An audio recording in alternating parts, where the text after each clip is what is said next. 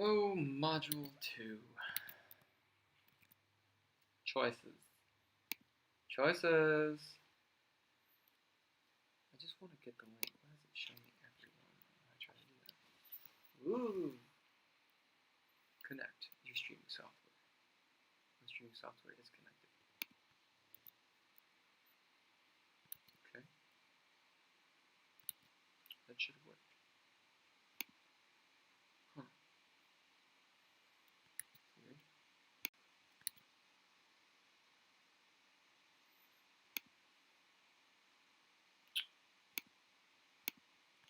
Okay.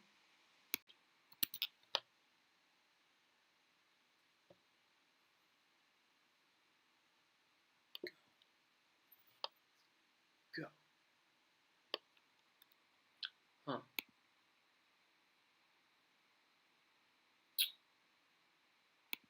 Okay.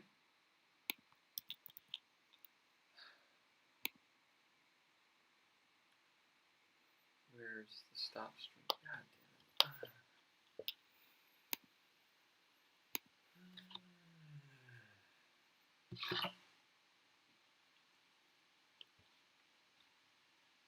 Alright, I'm not mad. Not mad. It would be awesome if they let you... There's no way out of that screen. There's no way out. It just runs. There's no stop. Oh, we're live though. We're live. Oh. Apparently. Let's see how much it actually recorded without fucking telling us. What the fuck? Is it fucking going? Are you kidding me? I hate YouTube. But we're not on the thing. What? I don't understand. I wanted to see where it actually started. Wait, does it catch me bitching though? Yeah, so we're live right now. Yeah. So I don't know how we're live because we have the browser, like, I turned off the browser. I hate YouTube. What the fuck? Jesus Christ, I fucking hate it. Go live. You probably caught me singing too. Yeah, I probably did. Voice. You don't have a terrible voice. So is it going to do two streams now? That was bad. No, you're bad. that particular episode. Yeah, so it just didn't update. Hi, Megan. Hi, Megan. Yeah, it just, YouTube, go fuck yourself. Yeah, it just didn't update the fucking screen. Oh my god, I fucking hate it. Alright. That's Will losing his temper. Happens often. So, how do I get a link without doxing ourselves? I'll tell you what I'll do. Close this shit. Now I'll get the fucking link. Anyone with the fucking link. Thanks, Google. You piece of shit. Fucking dying of fucking fire.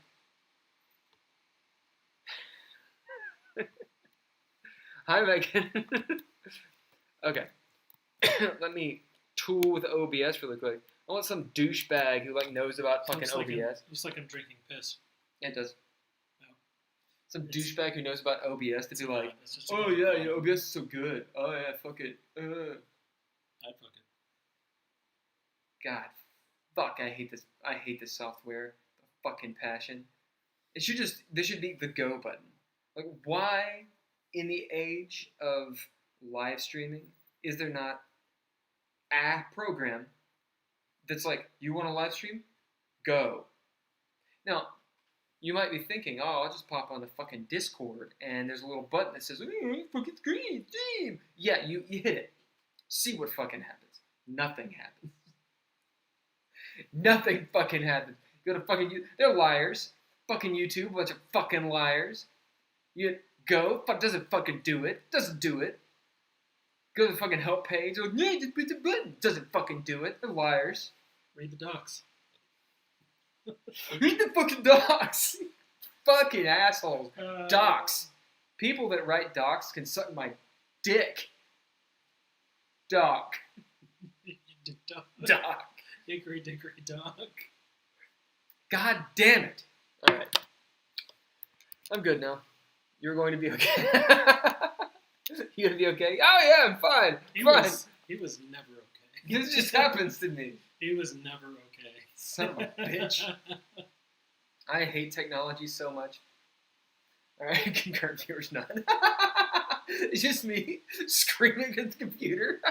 Oh, did Megan look I'd at be you? She's like, like, yeah, I'm out. Yeah. Anyway, yeah. We're good. I'm good. We're gonna talk about the game now. I'm just gonna edit this part out. The highlights. Will losing his shit. Are we actually doing the obvious thinking? Okay. Shoot. Jeez. Just hyperbole for days. They're liars. They're liars. They're fucking liars. Yeah. I hate them. Anyway, so this is module 1, and we're nearly finished with it. If you take a look over here. No. What? Reset. That's really weird. That just. That's annoying.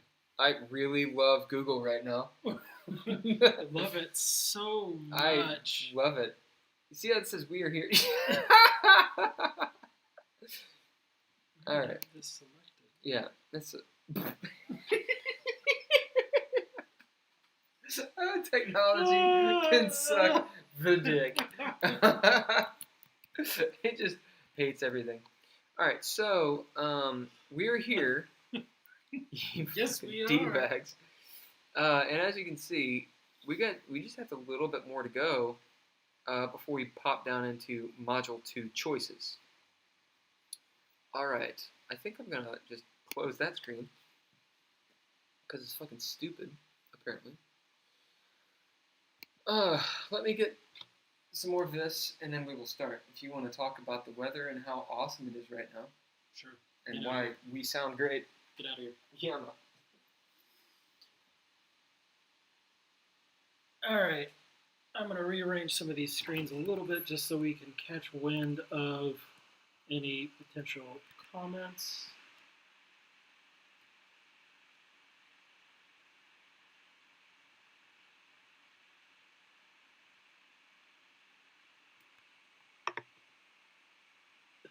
Contain the calamity that is his what?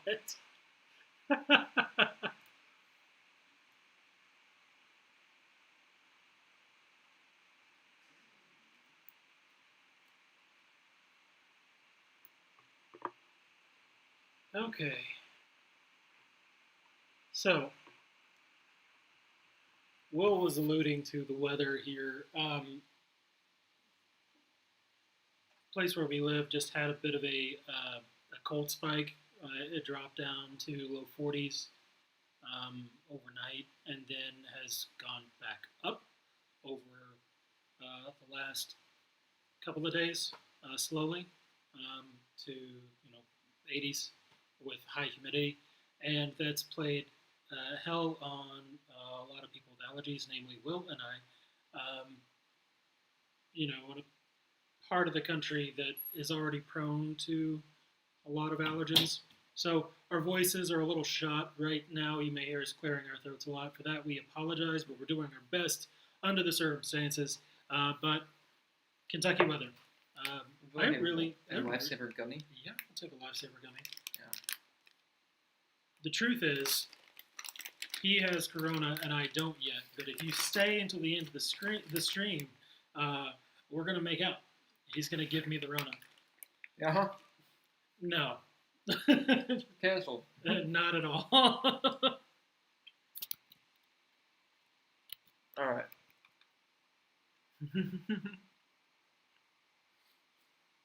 You've contained the calamity of your memories.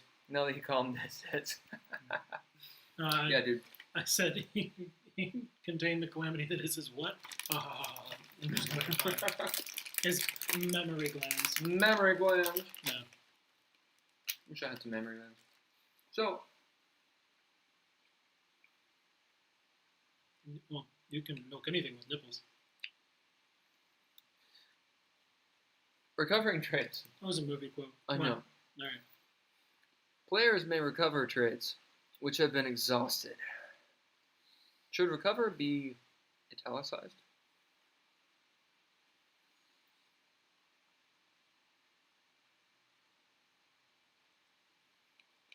How about any trait that has been exhausted may be recovered? Hmm. Or something like that. Sure. Yeah, that's good.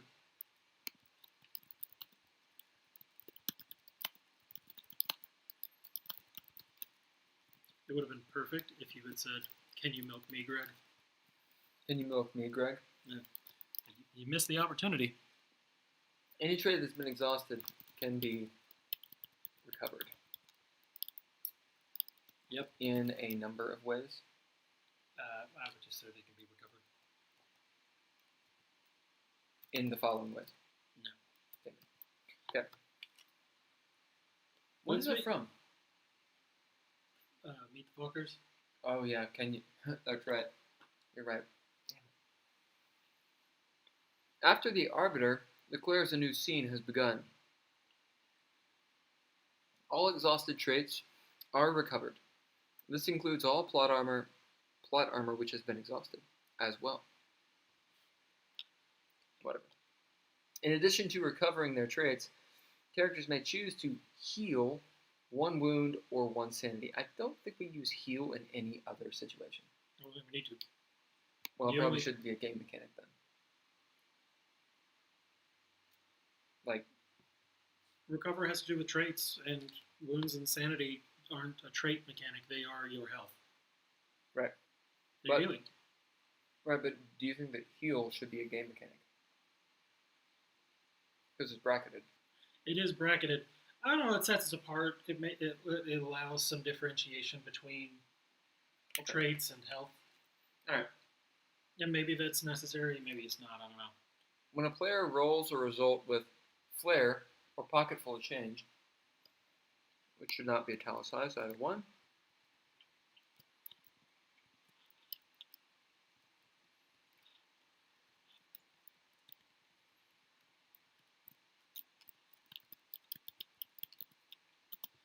With their aspect and action dice, they are allowed to, okay. When a player rolls a result with flair or PFOC, this is deprecated. With their aspect and action dice, they are allowed to recover one exhausted trait of their choice. So, we did change that. Yeah. For those of you that are trying to follow, the idea is flair and pocket full of change. They're two game mechanics that basically occur when a player rolls one of their dice and rolls max on the die, which is usually a 10. Now, sometimes a player can have a die 12, so it'd be 10 up. So 10, 11, 12. If you roll your dice and you get a 10 up, you have flair. If you get that twice, as in you're rolling multiple dice and it happens twice, or at the same time, then that's pocket full of change. And you kind of get different things for each one. What this is saying is, whether you get flair or pocket full of change, you get to recover a trait. Honestly, we need to replace exhausted with this. Yeah. Because it reads as though you get a trait. Every time you spend a trait, you get exhausted as a trait. Right. So you're just flooding your character sheet with, I am so tired. I am fucking tired. Oh my God. I am beat. If you are exhausted more than 3 times, you are beat. Copy.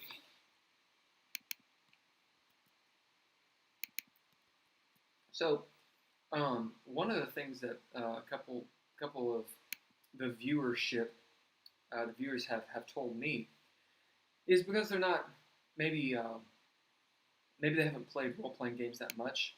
They're a little bit. Oh, thank you, Megan. That's really awesome. We appreciate it. Thank you. You want to tweet about my calmed tits? Yeah. But thank you for posting for that. Yeah, one of the things that a couple of viewers have said is that because they don't play tabletop RPGs much, they're a little bit lost when we're talking about the gaming things. And for that, I would say, one, a lot of times we get pretty pedantic and can kind of go down the rabbit hole. If that's the case, just jump on the chat and ask the question. Be like, hey, what the fuck are you talking about? What do you mean? And we'll see it and then actually describe what we're fucking talking about. Mm-hmm. Otherwise, we kind of have to just constantly go over the same rules. And actually, in the second episode of GameTalk, the very first 20 minutes, we're really talking a lot about what a tabletop RPG is. I'm actually editing down the highlight episodes right now, so those will come out in like the next week. What it is and the different ways that different playgroups play it, which are all valid and doesn't make them bad players. They're just playing a different game. Yep. I'm not elitist. Anyway, so we're a little bit into the book now, and suffice to say, as a player, you have a bunch of character traits. Anytime you want to do something that matters in the game, something that you could succeed or fail at, you have to bid a trait. So, for example, Baad wants to open the door. Obviously, he doesn't have to bid the trait to open the door. But let's say the door's locked and there's a fire in here, and he wants to bid a trait to break down the door. He might bid door kickers.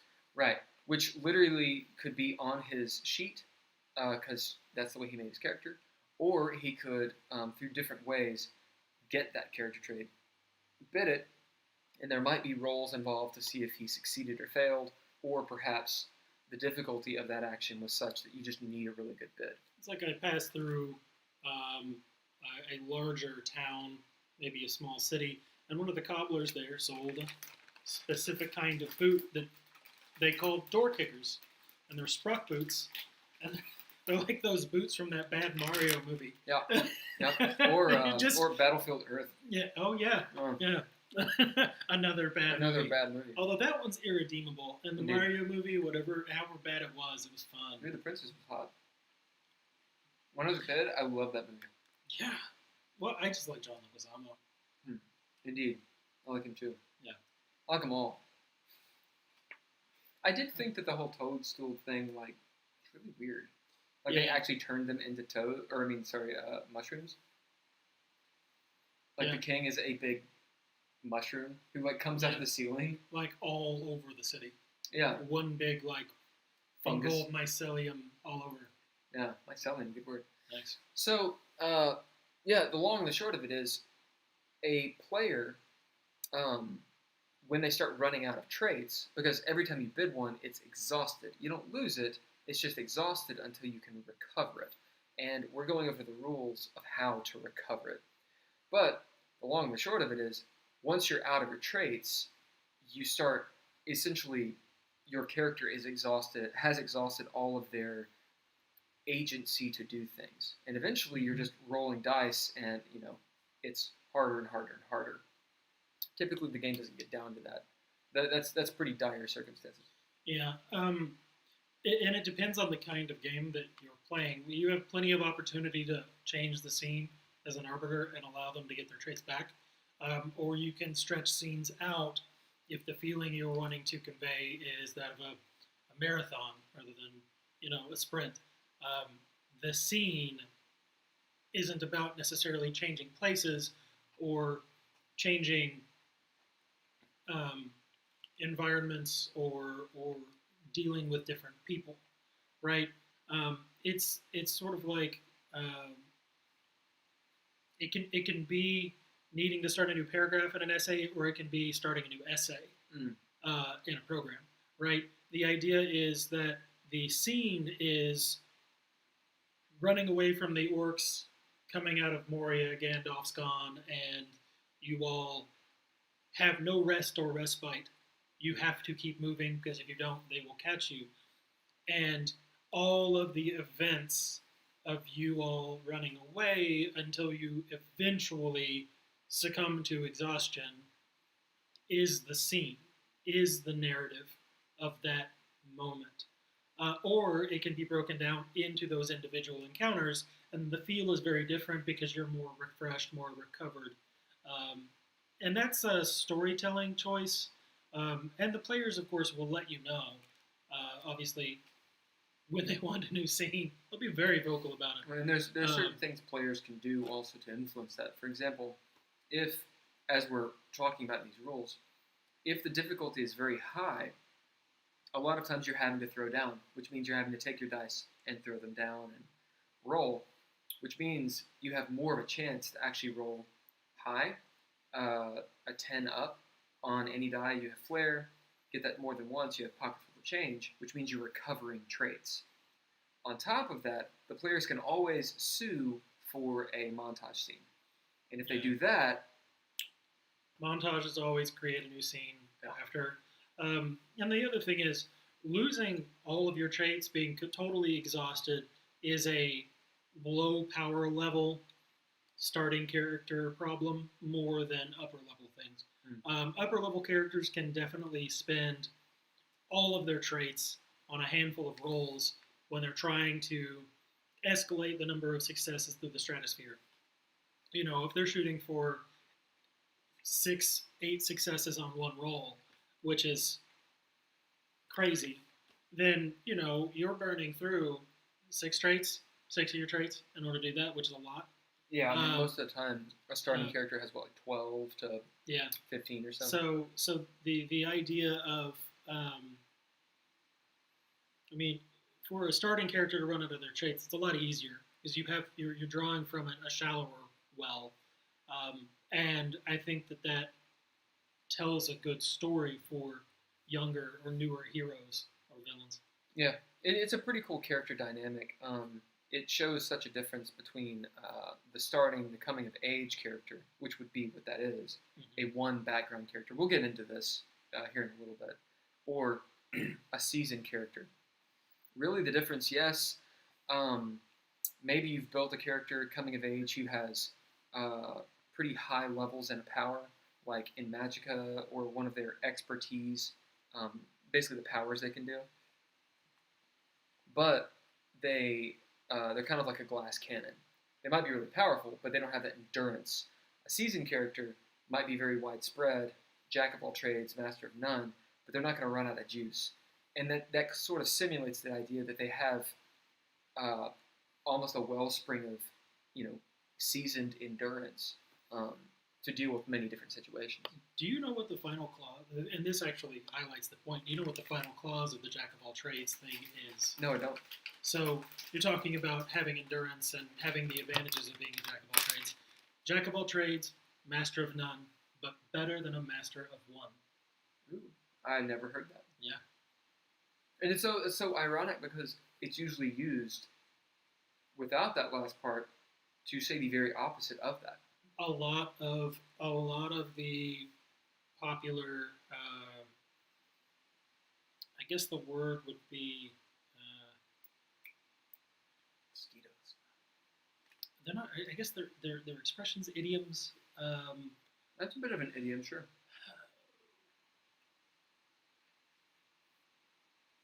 What is a historical text that's not meant to be taken literally? Allegory? Yes, allegory. Allegorical sayings, expressions, things that are life lessons. A lot of the popular ones, at least here in the United States, it seems like, are truncated, where that last clause that would actually reverse the meaning is not included. No. Yeah, because I've always used jack of all trades at master of none as, you just didn't spend enough time to master. Yeah. And actually, fuck yeah, Renaissance man. What? Okay. So, real quick. Not about your tits, about your live stream, silly. Thanks. We said tweet. Okay. When a player rolls a result with flair or PFOC, pocket full of change, they are allowed to recover one exhausted trait of their choice.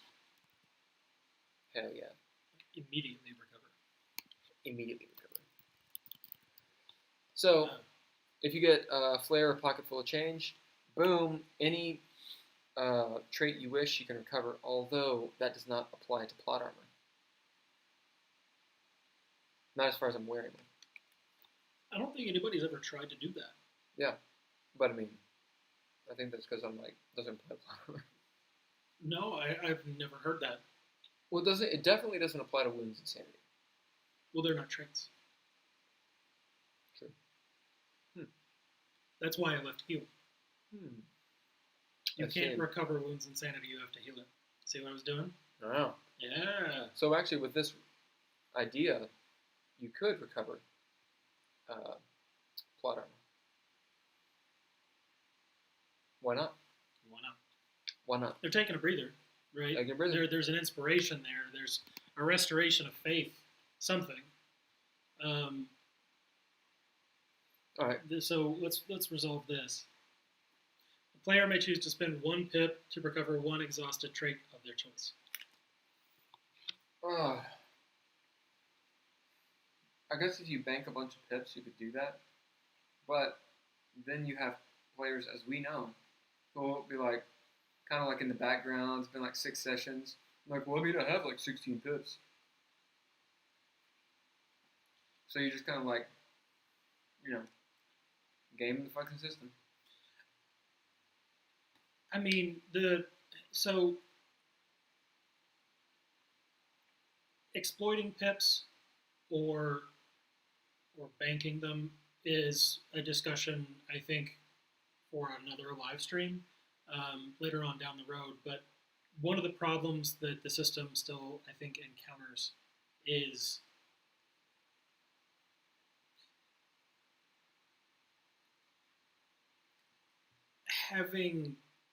needing to spend the pips or wanting to spend the pips on something that is helpful. You get pips, like 1 per session for being at the game, essentially, and you get it.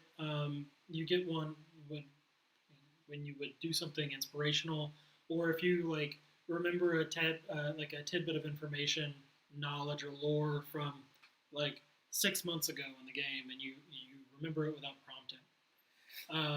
And if you end up with a lot of those, and you're not fucking up by saying things that upset the NPCs immediately on accident, things that you have to take back or use normally, things that you use pips for, if you're not doing that, then you end up with a lot of them. Yeah. Or if you're one of those players who kind of buys their time and sits back. Yeah. Like you. What? So what'll happen is the arbiter or the GM will think the lay of the land is so, but in reality, 1 or 2 of their players have this wellspring, just this shotgun in their back pocket of pips. So they'll be like, aha, here's a scene, it's going to be awesome. Go, okay, I just spent 16 pips. And it ruins the scene. Because everyone just dumps their fucking pip dick, on the table. Pip dick on the table. The problem is there's so like in D&D with fifth edition, you get inspiration points, and the whole idea of inspiration points is it gives a player the recourse of the horrible mechanic which is D&D. That is, in D&D, if you want to do something and hey, do you do it or not? The mechanics say roll this 20-sided die. That's the mechanic. If you really think about it, it doesn't matter how many faces are on the side of a die. You want a high number. That's it. You want the highest number you can get. So you either get a high number or you get a low number. And the way mechanics work, and people can argue, and I fucking hope they do, you might as well just flip a fucking coin. Most of the time. Not all the time, but most of the time. And that's annoying because it means as a player, you're like, haha, this is going to be awesome, and it's low, fuck. If you have inspiration points, you can spend 1 to get a reroll. The lesson is, if you're supposed to be good at a thing and you roll an 11 or higher on a d20, 50% of the die, then you're probably going to succeed. And because of bounded accuracy, which is a mechanic in 5th edition that they built into it, they call it bounded accuracy. So on 11 or higher, if you're supposed to be good at a thing, then you're going to succeed. If it's less than that, then you fail. And so while there are 20 possible roll results on a d20, may as well just flip a coin. Right. And again, people can argue with it. The point, though, is the player has the agency of using those inspiration points. Now, the reason that works is because there's no real way you get inspiration except for the GM or the DM, the Dungeon Master in Dungeons & Dragons, in this case, giving it to you. Like, it's pretty much up to the DM to do it. So you can bank 4 or 5, but the game mechanics are such to where if you want to do something in D&D, you've got to roll a die. Like, you have to. Whereas in Dreadlord, you don't have to ever use your pips. There's no real mechanic that makes you do it. Instead, it's all about your traits in Dreadlord. You have to bid your traits to do stuff. Sometimes you have to throw down and roll dice. So if you get a pip, it really is a Scooby snack. Like a little tiny, like a little quarter end of a Scooby snack. That's what you're getting. And what players inevitably do is they hoard them. And hoarding resources in games, while it makes sense when you're playing the game. Like, for instance, farming, in like second ed, or what is it? What do you call it in video games? Where you go kill out a bunch of shit and get a higher It's the idea of, like, you get all those potions in Skyrim. Every playthrough of Skyrim, you get all those potions that you never use because you're like, oh, I'll save it until I need it. The potion of invisibility or greater accuracy or whatever the fuck it is. You're like, I'll hold on to it until I need it. And, you eventually you get the invisibility spell or the healing spell, so you don't have healing potions, or you out-level them, or yada, yada, yada. And you're carrying around all these potion bottles that you're consumable items and resources in role-playing games, specifically, whether it's a video game or tabletop. As a player,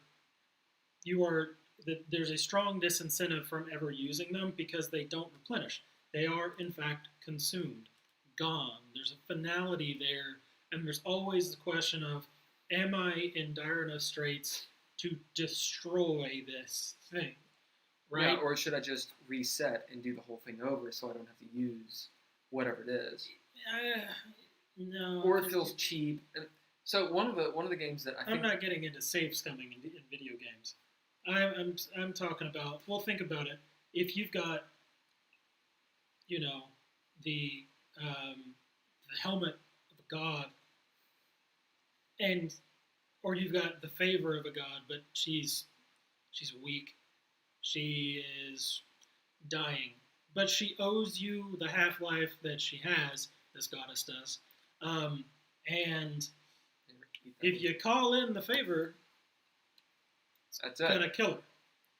She'll expend whatever spark she has remaining to her that's animating her for you, and then she's dead. Are you ever going to do that? Yes. Actually, we didn't. Yeah, you did. No. Oh, with her. You got around it. No, Jacob just tore the crown in half on. No, that's how she died. But technically, she did do a couple favors, actually. She did, but we specifically made sure that it wasn't the big favor. It wasn't the favor. Right. Well, she was around. She was invested in us. She helped. We're talking about the thing that would have done it. And we never cash that in. You're never going to unless you don't care about the god. Well, that's like playing Resident Evil 2, and you get the rocket launcher early on. But you only have 5 rockets. And if you haven't played Resident Evil, then you use the rockets, and then you can't beat the boss, because you got to have the rockets. And I think situations like that have spawned a whole generation, or generations at this point, of tabletop role-playing games, or gamers, that hoard resources that they know will be limited. Like, oh, right. This is too good, it's not going to replenish. it is destroyed. It is gone. The goddess is dead. Well, what have the you. favor of the Now- god, that's a little different than a healing potion. Now, I'm, and that's where I'm going next. Is that does I'm crossing that threshold on purpose. This runs the gamut of the different degrees of consumable resource, right? Pips are not deific favors. Pips are actually not a finite resource either. They are consumed, they are gone when you use them, but you can always get more. Right. You get one a session, typically speaking. That means they have to be used. And so, based on this rule, a player may choose to spend a pip to recover an exhausted trait of their choice. I like the idea that that it allows another way for pips to be used. Mhm. But if that's the case, I think it should be 2 pips. Because if you're like, oh, just a pip, yeah, I got 10. But if it's 2 pips, it's like, do I want to lose it? I personally don't really like the rule. I'm not saying it shouldn't be there, but I like the idea of a player being like, I've got to roll high, which is probability, or the scene has to end. We got to get through shit. If players are allowed to recover their own traits when they want, then it should be costly. Mhm. It shouldn't be as costly as gaining a new trait, because that doesn't make sense. But right now, to gain a new trait, it's 5 pips, which is pretty costly. Yeah. 2 or 3, I'd be okay with it. I think 3 crosses that threshold of, oh, well, I'll just get a new one. Right. Then 2. I'm okay with 2. I don't have a problem with 2. The reason why I mentioned this is because we had beta tested it. It was working at 1 pip. It wasn't used that frequently, but people did generally like it. It didn't imbalance a whole lot, and we need more ways to spend pips. Yeah. Now, I will say that I outed myself as someone who had hoarded pips. It was entirely unintentional. I have no ulterior motive for doing it. I just haven't needed to spend any. I haven't wanted to spend any, and there's no reason for me to hold them back. I actually have spent some. Anytime that a situation arises where it's like, well, if you spend a pip, I'm like, yes, done. And I write it off. The problem is when we did that conversion from the old XP system, you had a shit ton of pips. I had a shit ton of pips. Yeah. And I've been gaining them faster or as quickly as I've been spending And that was where I was going to go. I actually think it should not be you get a pip for coming to the game. Okay. I don't think it should. Because by dint of that situation happening, it means there should be a situation that you need to spend a pip. Yeah. And if it's entirely up to the player, the arbiter cannot make them spend the pips. Yeah. So I don't like it. Although I do think that the arbiter could just say, Spend your pips. Spend your pips, and because you all have too many right now. One thing that I really liked about just Numenera, like you're not going to get any until you spend but them. you want this, don't you? I'm actually okay. Numenera. Ciphers? Ciphers. Go. You can only have 3. Unless, So Monty Cook wrote, created with numerous others involved in the project, a couple of gaming systems. One Numenera, the other is the Cipher system, I think. And there are a few other spin-off systems from those 2. But in Numenera, one of the more innovative solutions that Monty Cook had to the hoarding of consumable resources like potions and such, because we all know it's a problem. Sure. We all do it. How do you get around it? Well, Monty Cook has done the same thing that a lot of games are instituting now. You can hold a finite number of consumable items. In Numenera, they're called ciphers. Why? Well, it's this whole shtick about all this old tech that you don't really know what it's supposed to be for, but you know what it does for you, right? You know, you're talking about in the world of Numenera. In the world of Numenera. So they call them ciphers because they're sort of mysteries, but you know that if you push this button or toggle the switch and throw it or something, it'll be kind of like a grenade. Well, you're overloading some system that was part of a hairdryer, maybe an atomic hairdryer. Who knows? But the idea is that Fallout style. The idea is that if you have too many of these on your person, because you don't know how they work or what their original intended purpose was, they can interact with each other in sometimes violent ways and go off. So if you've got like a bandolier full of these ciphers, they'll just explode or neutralize each other, stop working, whatever. It's random. It's like rolling on the wild magic table in D&D.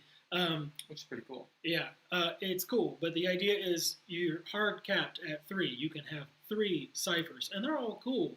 So you want more than that, and you're encouraged to cycle through them and use them as you come across them. And the book is very clear about that. Very. It says, look, you can make any reason up why you can only have 3 ciphers, or 2 ciphers, I think it is, and then it's 3 if you're the mage kind of character. I don't know. Or the knight, I forget what it's called. It doesn't matter. It doesn't matter. Anyway, but it says plainly, look, it's a game mechanic. It doesn't. The game is more fun if you spend them. So on that, I say we resolve this biatch, and say it's 2 pips. Okay. We put a note down here. That's right, a note. Is it? Yeah. Okay. Note. Pips are given to be spent. Oh, we put that with the pips. Okay. We'll keep on going. Major goals and minor goals. This is a pretty cool section. Really, just to tie a bow on this, I do think that we should have a discussion about maybe putting a limit on how many pips people can have. Not a bad idea. It's not a bad idea. I'd say if you cap it at 5, then the idea of spending your 5 to get a new trait is really meaningful, because it means you're vulnerable and you don't have any redo buttons. Yep. Until you get a new pip, right? And that way you can still give a pip every session. You know the game Coup? Remember it? The card game Coup? Mm-hmm. There's a bunch of games very similar to it. Coup is one of my favorite. But one of the mechanics in it is once you get to a certain number of coins, you win the game. So you can use these coins. It's a card game. You can use these coins to do various things. To purchase different things, different powers, use them. But if it's a PvP game, if you allow another character to start amassing a bunch of coins, at a certain point, they just win. So you have to use the coins, but you also have to make sure people don't get the coins. It could be 5 pips. Once you get to that, okay, you have to spend them and cash in for a trait. Or maybe it's 8 or 10 or whatever the number is. Yeah, I'm specifically putting it at 5 because once you're at 5, it's then you have nothing else. Then you're not getting any more until you spend them. If you do spend them for the most expensive thing you can use pips for, then you're out. Interesting. For at least 1 session. Unless you manage to get a pip. So there's a point. There's a period of vulnerability. Yep. Built into the idea of how powering up your character that way. I like that flow. I wonder how it would go. I like the idea that all we'd have to do is implement it and see if it actually works. Yeah. But we really wouldn't see it for 2 or 3 months, right? Or assuming that we play once a week. Yeah. Because let's say you have the cap is at 5 pips. That's as many as you can have, and we're not enforcing when you cash out or anything, but you can only get up to 5. Let's say. Well, then there's this idea that, okay, well, once I get to 5, well, shit, do I buy something? Or do I just always have 4? Because I'm spending 1 and waiting for the next one, right? So I'm just sort of hovering right on 4 or 5. That's what I would do. I mean, as a player, I would wait until we're about to get a pip and be like, okay, I'm going to cash out my shit and get a pip back. Yeah. Or I would attempt to do that in some way. And if I'm the arbiter, I'd probably be like, yeah, okay, cool. Because I won't care. Right. Well, I mean, there's a point there where if you're at 5 pips, there's only so much you can do to try to wreck that scenario. Yeah. With 5.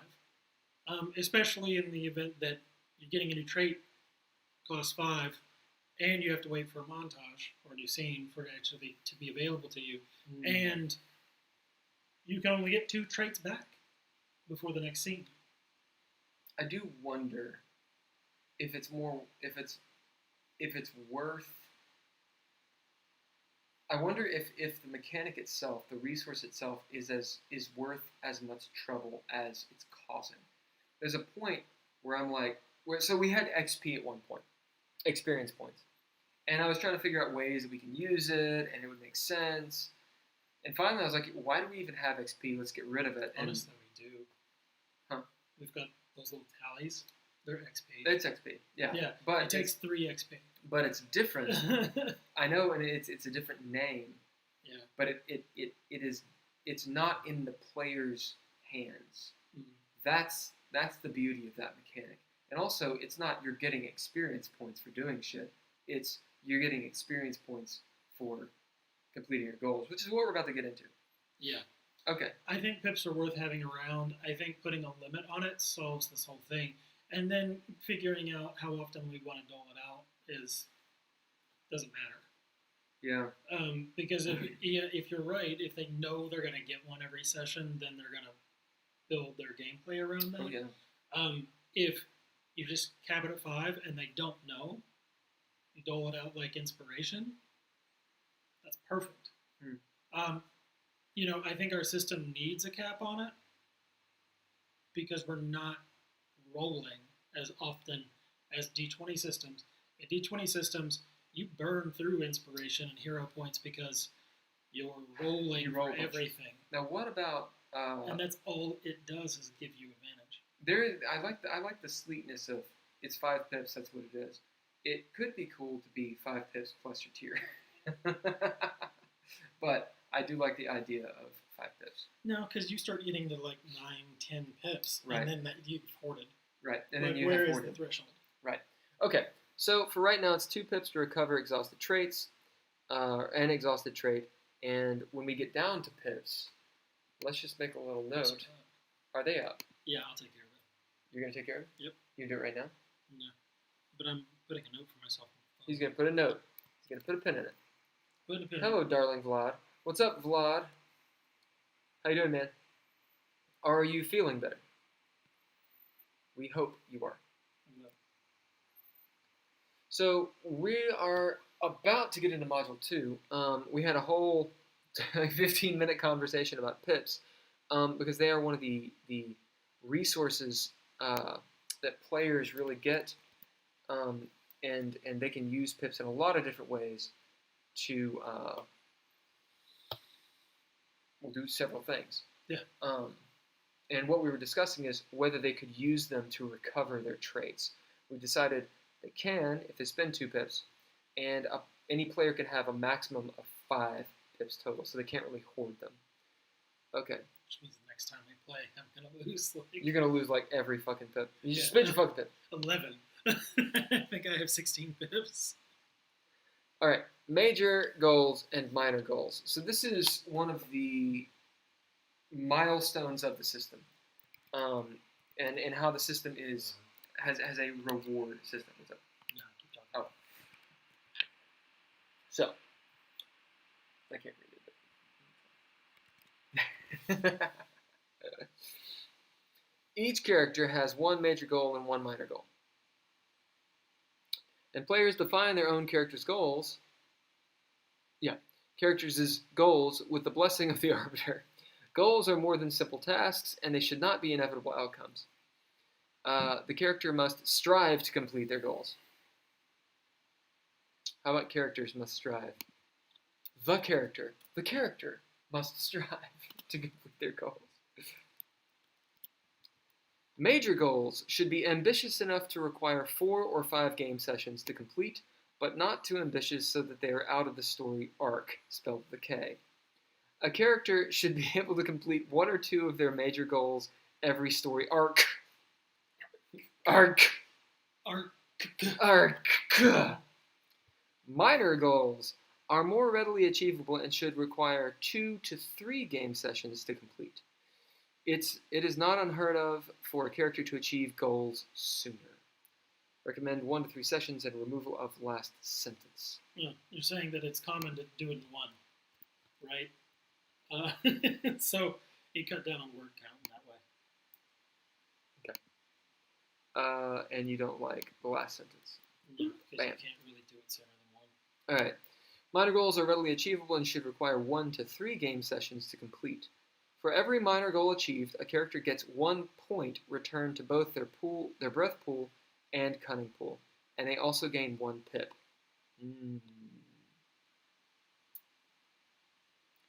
When a major goal is achieved, the character gets all points returned to both their breath pool and cunning pools, and also grants 1 pip to everyone in the party. And also, everyone in the party is granted 1 pip. So there's a little bit of ambiguity here. Let's say I get a major goal. Do I get a pip, and then everyone in the party, including myself, get a pip, so I get 2? If you get a major goal, everyone gets 1 pip. Everyone in the party gets 1 pip. I get all my breath and cunning. Yeah. If I get a minor goal, I get 1 point of breath and cunning, and I gain a pip. I think it'd be better.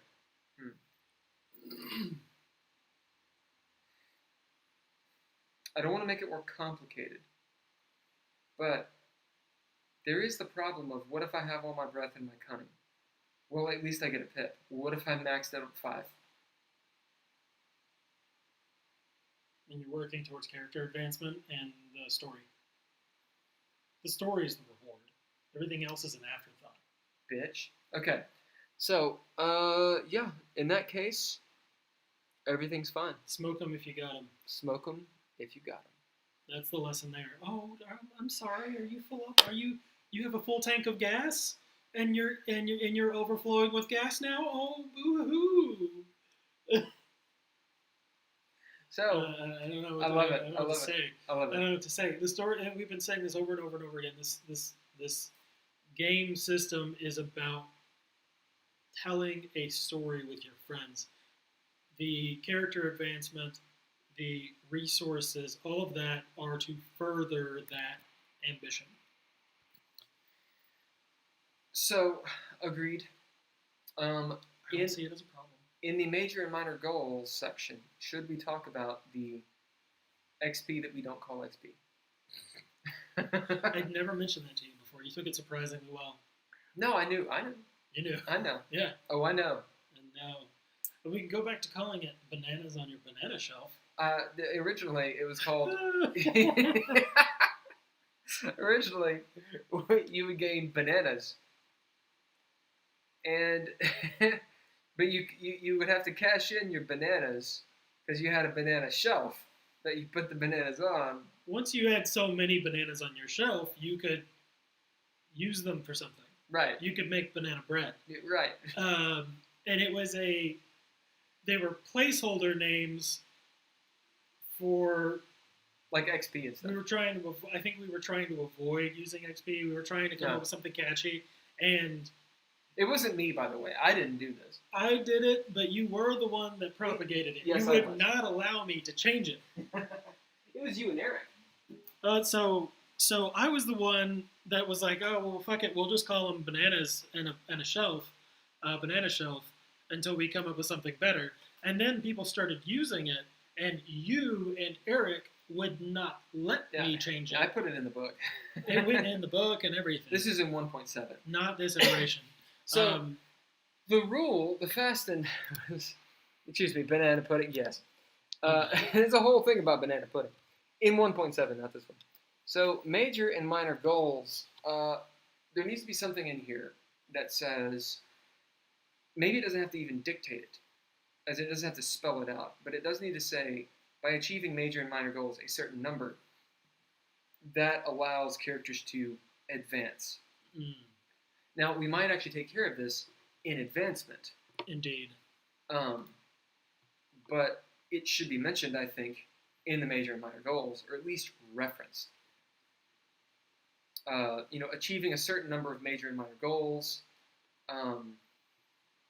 leads or allows a player to advance once. More on this in advancement, wherever the fuck that is. Yeah. Because I think that rule should be in advancement, but it should be referenced. Yeah. You want some water? Yes, please. Some Vasa? Yes, please.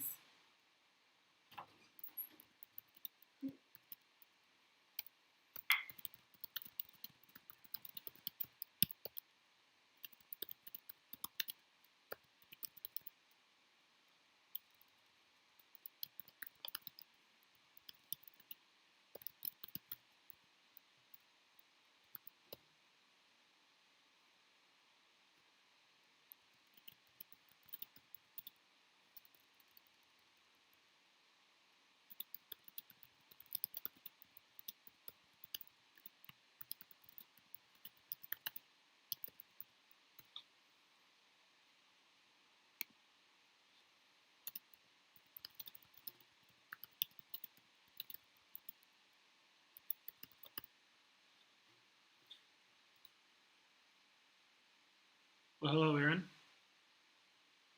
What intrigues you? I'm happy to go over that with you. We were talking about, banana pudding maybe. We were talking about major and minor goals for characters in this system we call Dreadlore. Yeah, enjoy the nonsense. This live stream is a lot of Will and I believing ourselves to be erudite in our discussions about game system theory and role-playing games, and then us talking about the rules of the system that we've made while we go through and essentially edit the book, holding your attention hostage as we do so.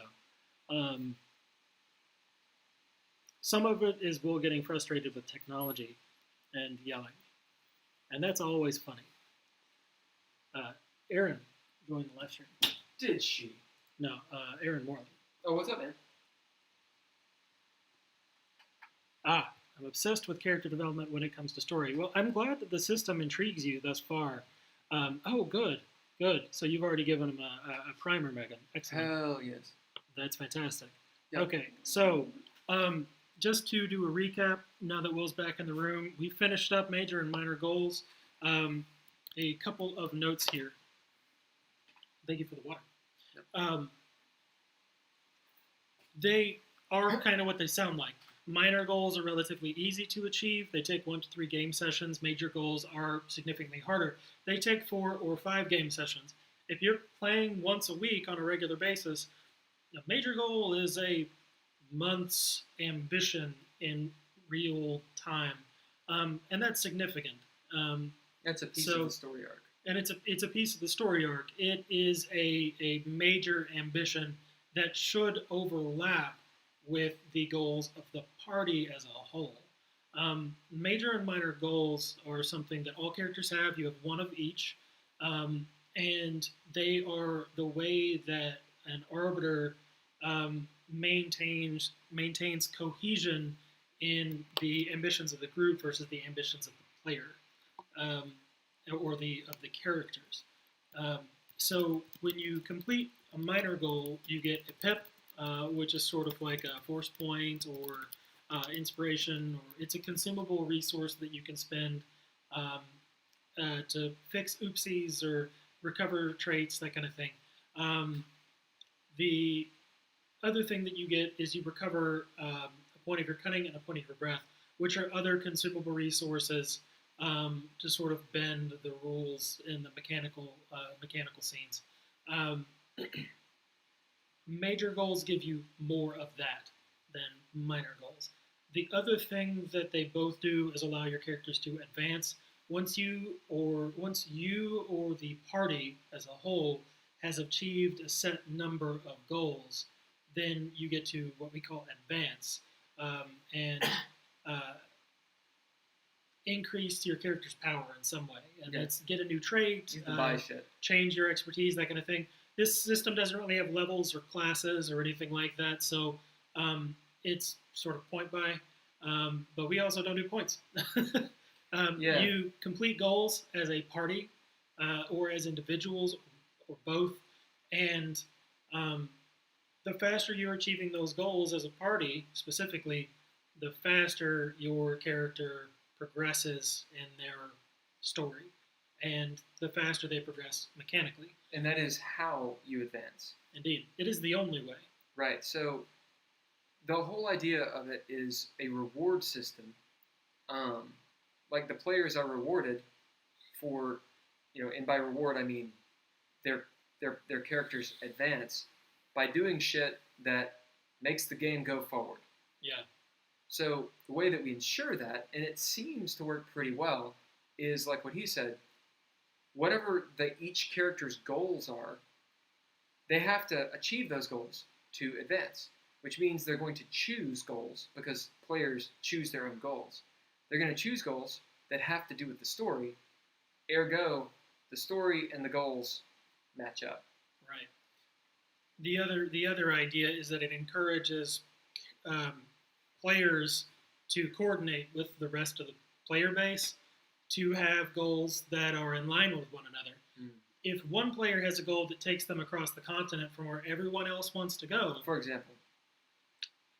because that happens, then they don't get to advance. They don't get to get cool, shiny shit, and they don't get to get their goals. Well, because they do, the story, just slowly, in 2 months and like 8 game sessions when the player base are ready to go that direction. Well, I'm talking about the party advancement. I'm getting there. Oh. So if they don't get attainable goals, that's a problem. If their goals aren't attainable because they aren't in line with where the story is going, then that's a solvable problem. And the way that we solve that is with party goals. So major and minor goals are character-based. The advancement that you get for those, however, is character-based and party-based. After you get 3 goals achieved, major goals count for 2, minor count for 1. So you can do 3 minor goals, a major and a minor, 2 majors, and you'll have like 1 point floating. Then you get to advance. If the party achieves 12 goals, it doesn't matter which character is achieving those goals. If the party as a whole accrues 12 goals completed, then all characters advance. And it doesn't matter what kind either. Yeah, and it doesn't matter what kind either. So even if your goals are far away, unattainable, you'll advance just much more slowly than the rest of the party. But bear in mind, the more your party is working together, the faster you get that party advancement. While the game is not about rolling dice or mechanical, crunchy reward, it's not about getting to the next level. I want to be level 6. Yeah. It's not about that. The character advancement in a mechanical way, showing that growth in power, showing that hero's journey, if you will, is part of the reward of a good story, and it needs to be represented mechanically, and this is the way that we do it. We slave it to the story because the story is... It's that whole immersive story thing. Yeah. Another thing with goals is, let's say you have, and it seems like everyone on the stream right now is a gamer that I can tell. So surely you guys have definitely been in the scenario where, especially with tabletop games, maybe not so much with LARPs, but with tabletop games, there typically are 1 or 2 characters that are kind of the leaders of the pack. And really, it's kind of whatever they're wanting to do is what's happening. Well, everyone else kind of takes an ancillary, yeah, Doesn't matter. ancillary position. Actually, with this goal system, that works pretty well because you can have the sort of stoic character who has this lofty ass goal of slaying the whatever person with their katana that was their grandmother's katana, and they're gonna go to the mountain and kill the person, right? This is a lofty ass goal at the beginning of the game when you just start out and you're all meeting each other. That person is fine because they're going to advance with the party. They'll probably get their minor goals in there. Maybe the arbiter and that person need to talk and be like, okay, well, your major goal, that's more like your plug, which is the reason you're adventuring. But so you could break up their major goal, or you could break up that plug into major goals, right? Okay, Yeah. well, first I'm going to go get my grandmother's sword sharpened, or whatever. What are the steps along this journey to the mountain to have that showdown?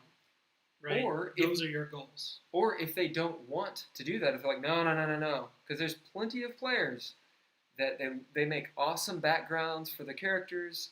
They make awesome characters that are static. They do not change, and if they get hurt, dear God, that kind of person's fine to have in Dreadlore because they can't be the dynamic protagonist because they're literally not playing a dynamic protagonist. But they can play the character that is a laser beam, and the moment the party's like, we're going to go over here, they're like, cool, peace, and I'll write in your character. Fine. They still get to advance with the party. They still get to play the game during that time they're traveling with, and it makes sense in a narrative style for them to take on their major goal. Mm-hmm. Totally cool. And then have that motherfucker write up a new character. Or have the recurring person come back in. Whatever. Yeah. It allows for that to happen, and this is something that is not baked into D&D. In D&D, everybody's got to be a party. Everybody's got to have that cohesion, and they will split up, and it sucks. Yes. You can work with it, but it sucks. Hey guys, as part of this campaign, I need you all to let's have a session 0. We'll all talk about how you all know each other and everything like that. Yeah. And then they, it doesn't happen, No. and then they come in and they. Yeah. We've been adventuring for the last 20 years, and they don't. What'd you say about my mom? And they don't act like it. They act like they have no loyalty to one another at all. This solves that problem because there is both an in-game reason why they would want to stay together, and there is a player reason why they want to stay together. And it puts a bow on it. It's real nice. Works really well in practice. We've had 0 issues with it. Well, just as an example on that, so in a game that we are kind of still playing, Deus mortus est means the gods are dead. I looked it up. Anyway, in this Dreadlore game, I looked it up. I looked at it. I don't fucking know Latin. I made sure. But yeah, in this game that we've been playing for about a year and a half, actually, it's not too. Well, it's almost on 2 years. You have an eyelash right there. You got it. No, you didn't. It's like, bam. It's a little bit lower. It's threatening to get in there. Oh, it's lower. It's right here. That's it. Bam. I wear contacts, and eyelashes are the devil. Loose ones, anyway. So, right, in this game, Deus mortus est. Oh, my I was hunting flies today with my little electric thing, and I was like, oh, it got away. Damn it. It did. Well, technically, you're still correct. They don't live very long. They don't live very long. Long enough to piss me off. In this game, we've been around it for like 2 years. The idea in the setting is it's nearing the end. It's like the last age of Craster, which is the world. And there's no more heroes. Like the heroes of the age, there's no more. Well, their characters... Are good guys. Right. Their characters were like heroes in past ages. And for some reason, they just kind of, like one of them was just walking through the forest, and they're like, hunting something. I think it was Grothred, Eric's character. Was like hunting something, and then the path converges, and lo and behold, there's this party of former heroes, and it's very sudden, but no one really knows that it's sudden. It's kind of like being in a dream state. It's essentially, I ripped it out of like every primer for Ravenloft. You're walking in the mist, you don't really know why you're there, but you don't question it type thing. Anyway, there's a certain amount of amnesia from that crossing. Right, exactly. So, that was my chest. Yeah.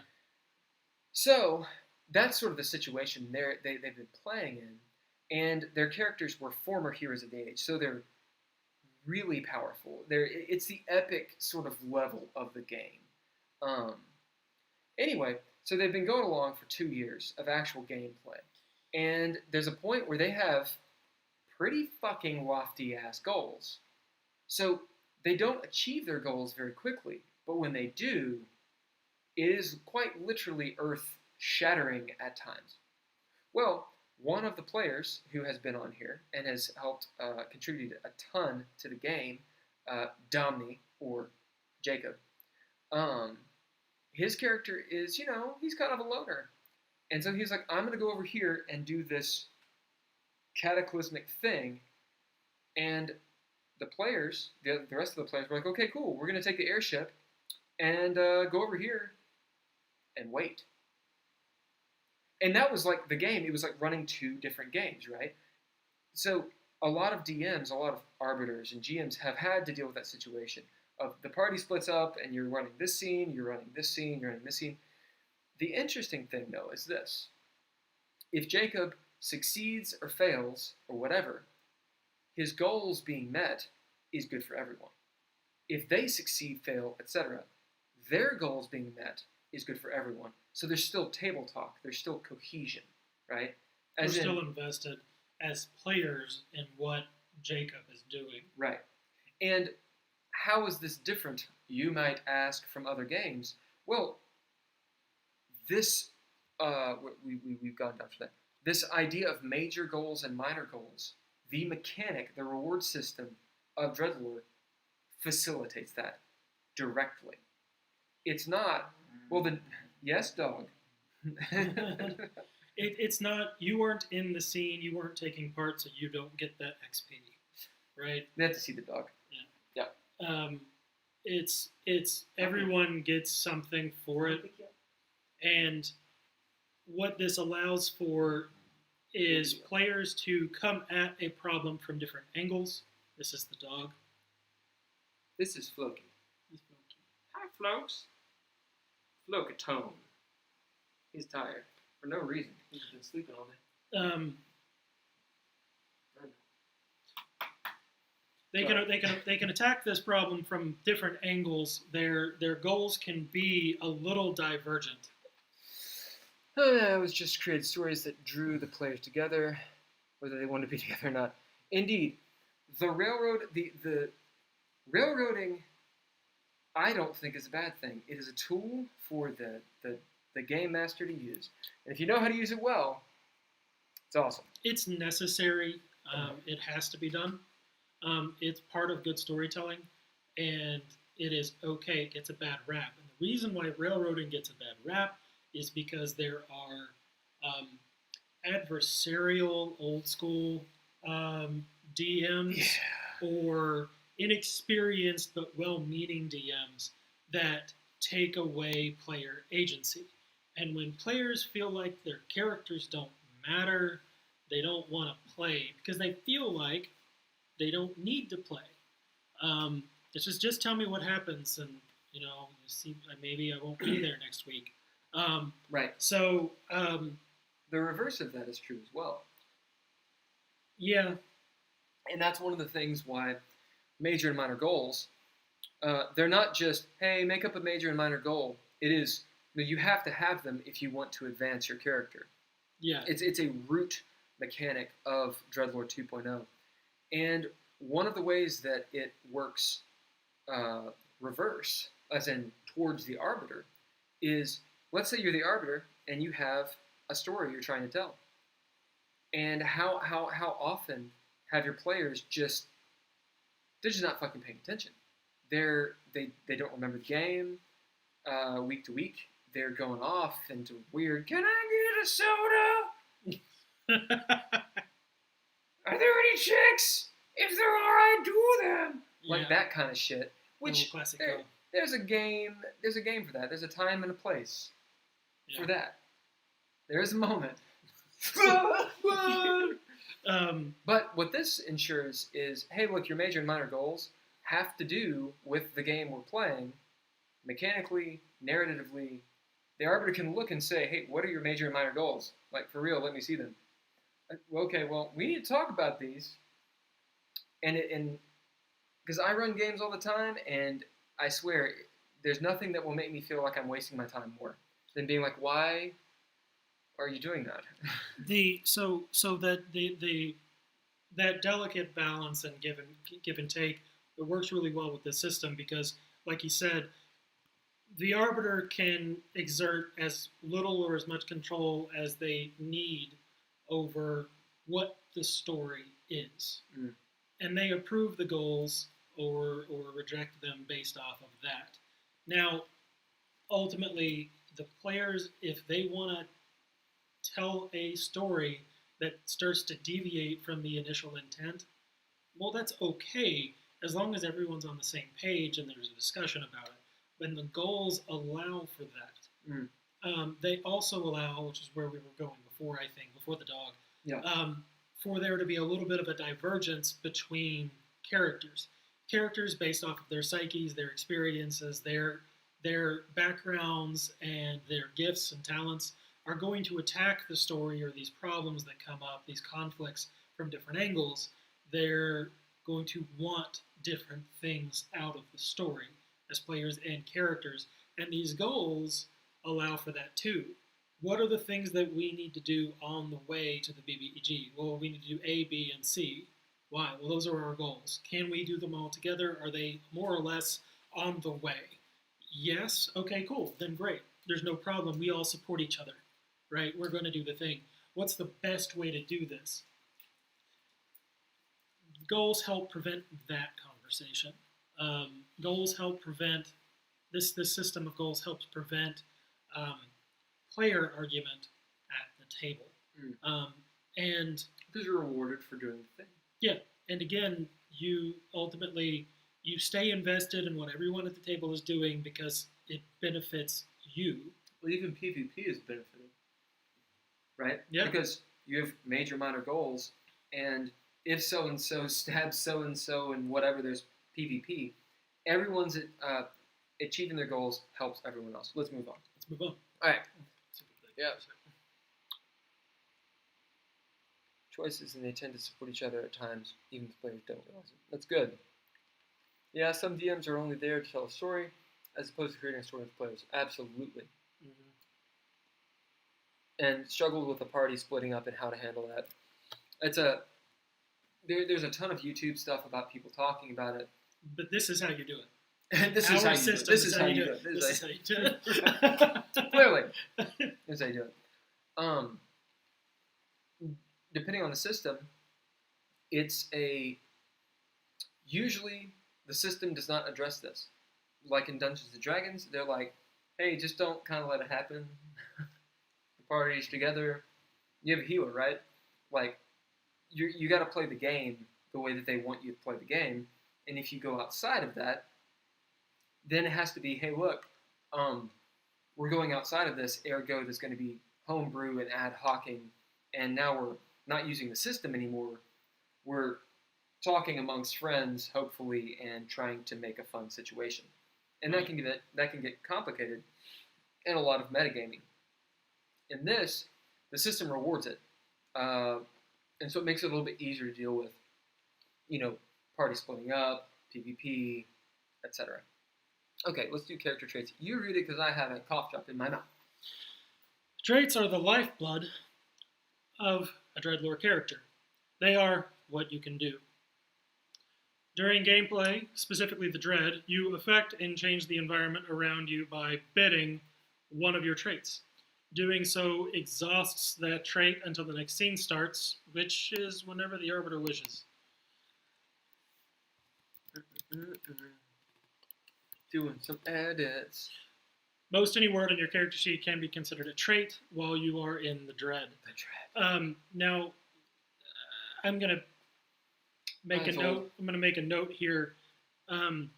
Obviously, there are labels on the character sheet, right? It's like, what's your age, that kind of thing. Well, or what's your background? What's your plug? Well, the plug itself is a trait that you can spend, but the caption telling you where to write your plug is not.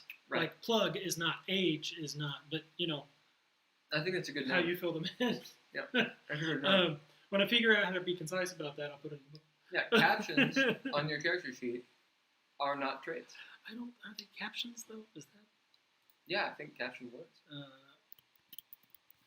Technically, I guess it's not a caption. Okay. Bidding traits. During the Dread, a player can bid a trait to perform an action in a way that influences the scene. On their turn, a player may bid a single trait in order to perform a major action without penalty. Once a trait has been bid, it is considered exhausted and cannot be bid again until the Arbiter declares a new scene has begun. Oh, it says all this right here. Yeah. Well, that's what the reference is. I took your dog. While throwing down, a player may bid more traits in order to gain extra dice, thus increasing their likelihood of gaining a greater number of successes. So my recommendation was, because this is obviously a repeat of character traits here, I was suggesting replace this text under the traits heading with Dreadlore characters can possess several types of traits, and each subtype has its own special use as detailed below. However, character trait is a catch-all term referring to all trait subtypes, so any trait can be bid as a character trait instead of as a trait of their own type. I love it. I think it's very concise, but you say trait about 13 times. Yeah, I do. And actually, I think that I did that here. Oh, did you? Yeah, I think I meant for this. It is repeated. Yeah. So I think this is fine, more or less. This is a repeat of the initial description, and I think we can replace it with some version of this. Do it. Okay. Don't resolve it, though, because it'll just go away. Oh, yeah, I know, and I don't want to type that out again. No. Just copy paste it. I copy it, resolve it, and paste it. Biometrics.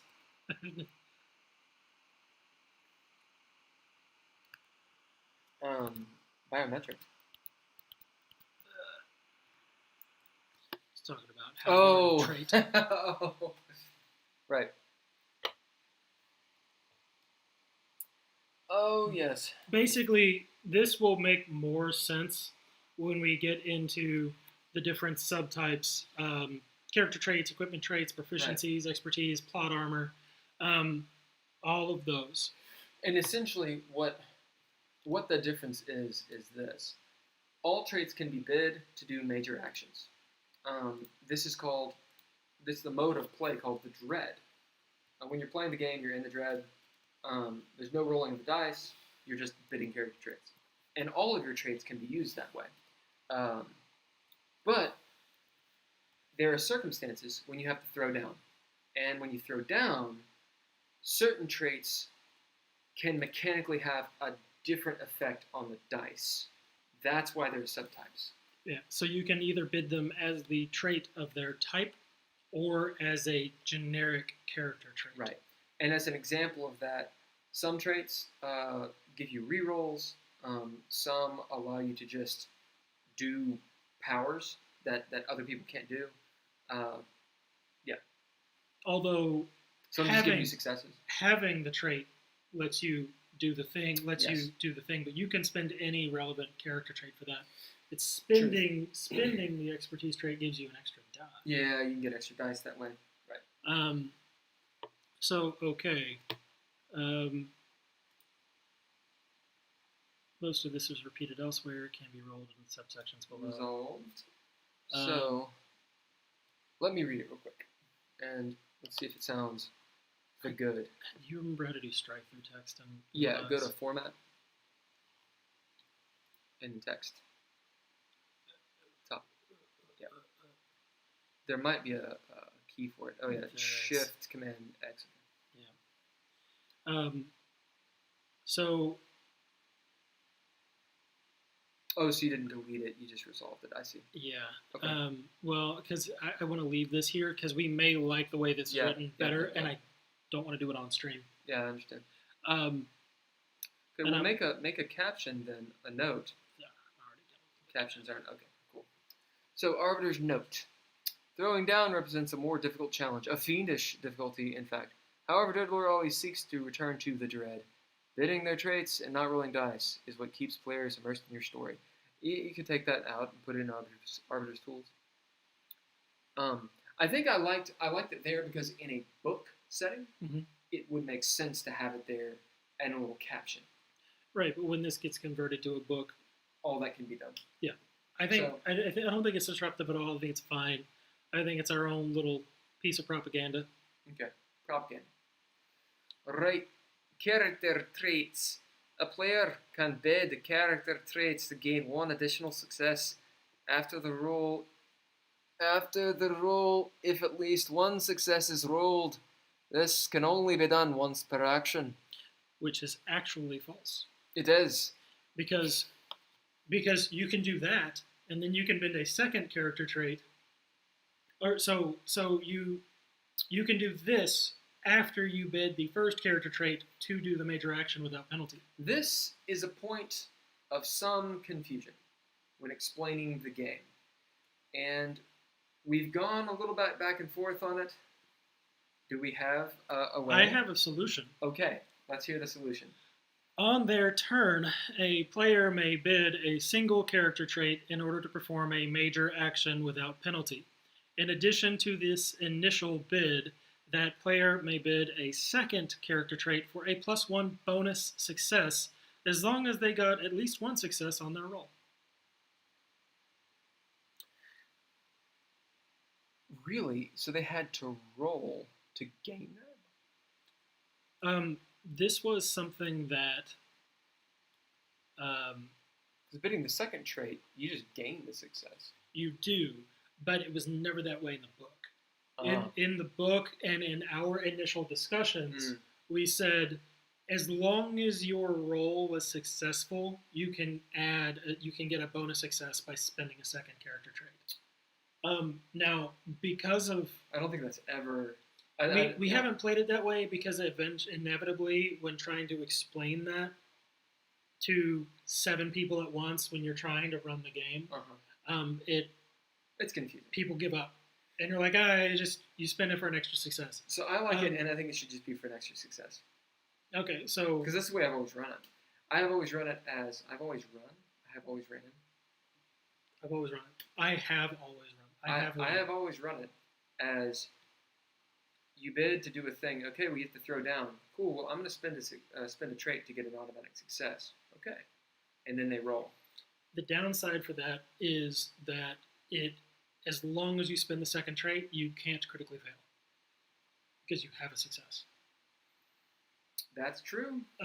That is true. I'd have to check the way that I phrased critical failure, because it may be that if you roll a 1 on both your aspect and action die, if you roll snake eyes on those 2 dice, it doesn't matter what else happens. That's a pretty hefty probability curve.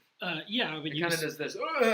Yeah, but the thing is, you I mean, it's here. Yeah. It's not much, but if the stars do not align. Yeah. And they go bug eye. Yeah. Well, that's why having the proficiency traits is so important. Right. Proficiencies allow you to reroll. Yeah, they allow you to reroll. This is interesting. It's much easier to say Bid to make an action. Cool, you have to throw down. Oh, now you have 5 things you can do, or 4 things you can do, and spending a trait gives you an extra success. That's way easier to explain. Yeah. Then, okay, bid. Okay, now you have to throw down. All right, well, after you roll, and you get a success, then you can, because you have those an if-then statement, it's more complicated. It is an if-then statement, but the way that you simplify it in the moment is, okay, did you get a success? Cool. You can get a bonus success if you spend a second character trait. Yes, that is a way to explain it, but it is more complicated. Yeah. Do we need the complication? I don't think we need to worry so much about. I don't think we need the complication. I think it's easier to just not do it. It might be interesting to have it in there as a strike through, just so that we remember the mechanic. Well, we can just say at the end, crit failures are still unaffected. Right. For a crit failure, I do like the idea that if you roll snake eyes on those 2 dice, that's it. It doesn't matter what, I mean, you can do proficiencies, but you see, the thing though is, let's say they do this and they get critical failures, mm-hmm. right? They could always spend breath too. Mm-hmm. But there's way out of all of these things. Yeah. This is an interesting idea. Yeah. What do you guys think? Do you think? So hopefully you've been able to follow a little bit of our rant. Do you think you should have to already be successful to increase that success? Or do you think that you can gain a success on a failed roll? Yeah. And for those of you, and I think everyone on here has played White Wolf, this mechanic is similar to a White Wolf game in that in White Wolf, you roll your dice and you're looking for a number of successes. It's the same thing in Dreadlord. You might be rolling 3 or 4 dice. You're looking for a number of successes to achieve, to break through a threshold. And so, maybe you get 2 successes on your dice that you rolled, and you needed 3. Oh, I'll spend an extra trait to gain that success, right? Well, the rules as they're written, if you roll your dice and there are no successes on them, you can't just gain an automatic success by spending a trait. Okay, Megan says ditch it. It does seem, when I hear it, I'm like, what? Like I need to see it and then I understand it, and that makes me want to take it out. I'm still proud of my verbiage. Put a strike through on it. Remember, it's Command-Shift-X. Yep. And we'll keep the rule just in case, because it could be one of those things where the probability is just utterly fucked without that too, And we'll be sitting here in 2 months being like, how do we fix it? If we only had a mechanic. In the previous version of this game, Dreadlord 1.7, we spent so long making up rules and then only to realize, we need to tweak them, whatever. But it got to the point where we come full circle in certain places. We're like, coming up with like rules for things, and then like Baad would be like, that's the way it was. It made me so mad too, because it's like, yeah, I wrote it that way originally, and you undid that work. Like it sucked. It sucked. It was the worst. I've got a better way. All right. The old ways are the best ways. That's right. All right. Did you mention something about critical failures? No, I did not. Yeah. I'm going to get more water.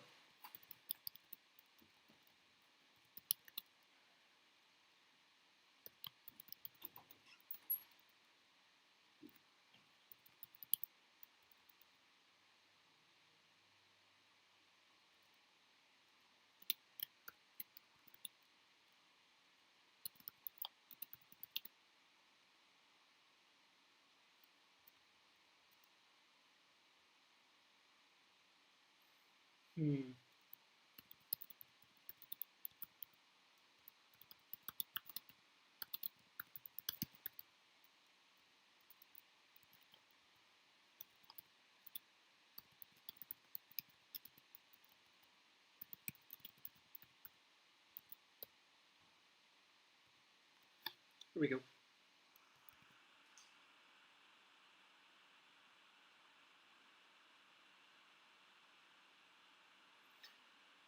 It might depend on the situation. Some situations might be more important than others to gaining success. That is absolutely true, Erin. That was more or less, I think, where our heads were at when we made it that way originally.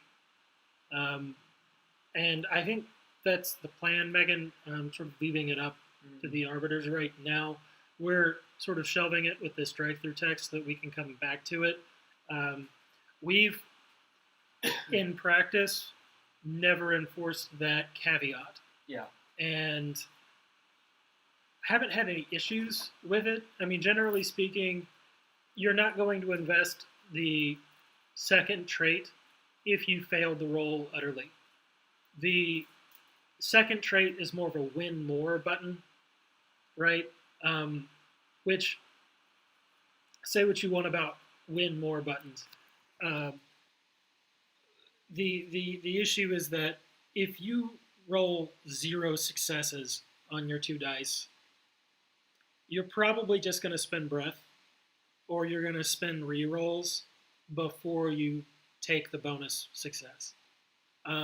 Because if the roll is doomed from the outset, 1 success is not going to help you. And you'll know that, right? Generally, when you're throwing down, it's because you're wanting 2 successes, if I'm being honest.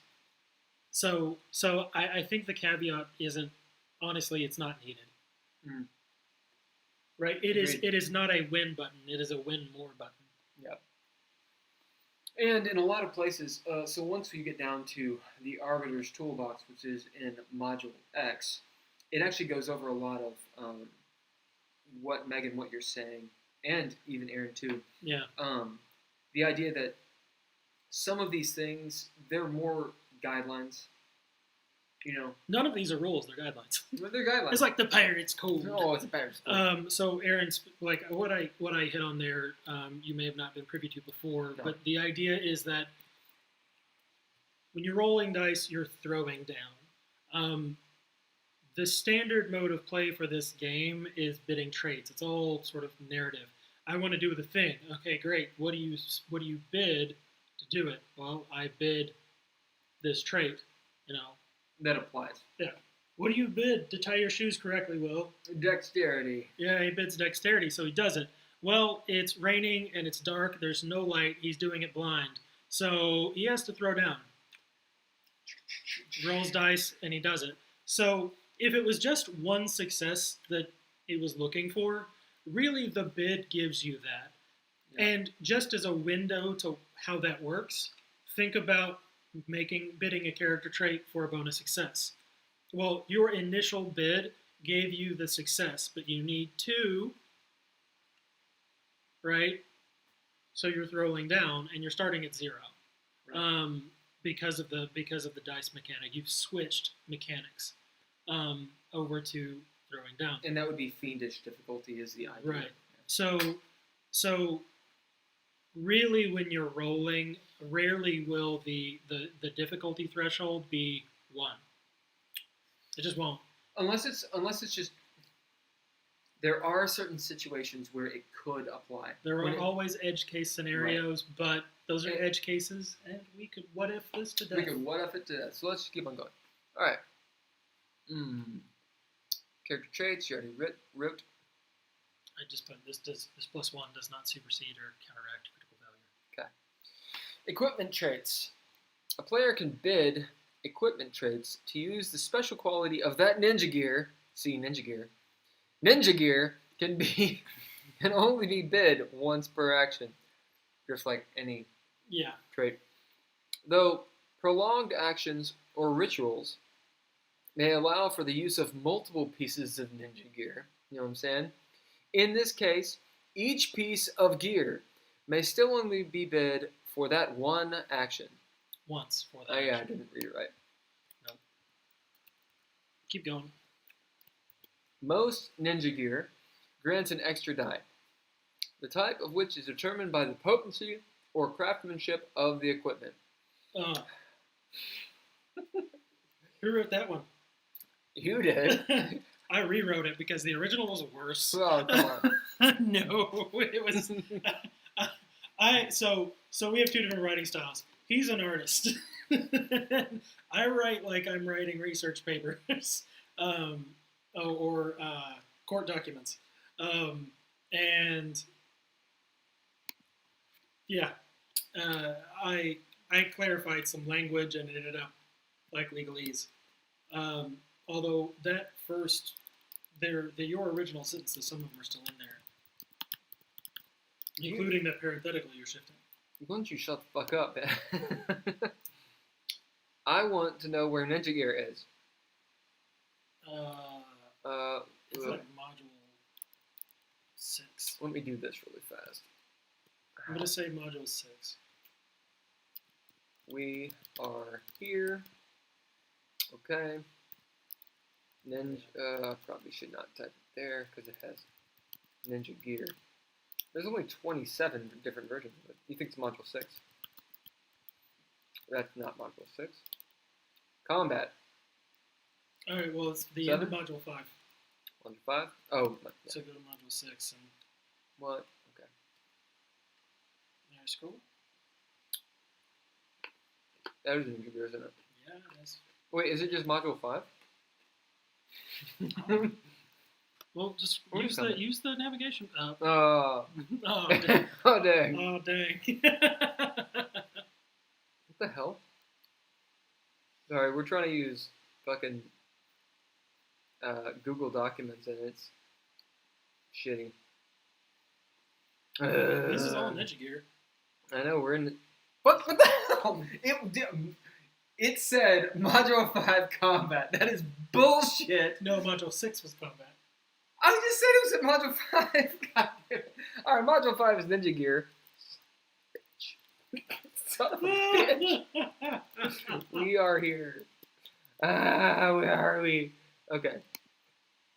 C Ninja Gear should be Modules 5. Module 5. Module 5. Ninja Gear, goddammit. And it had this little, we had this cool little shingamabob. Can that go all the way up? Yes. It's right here. Yeah. We are here. See how deftly, yeah? How deftly I'm navigating this biatch. Where'd Okay. you go? Boom. Boom. Boom. Alright. Alright. Let's see what people are saying.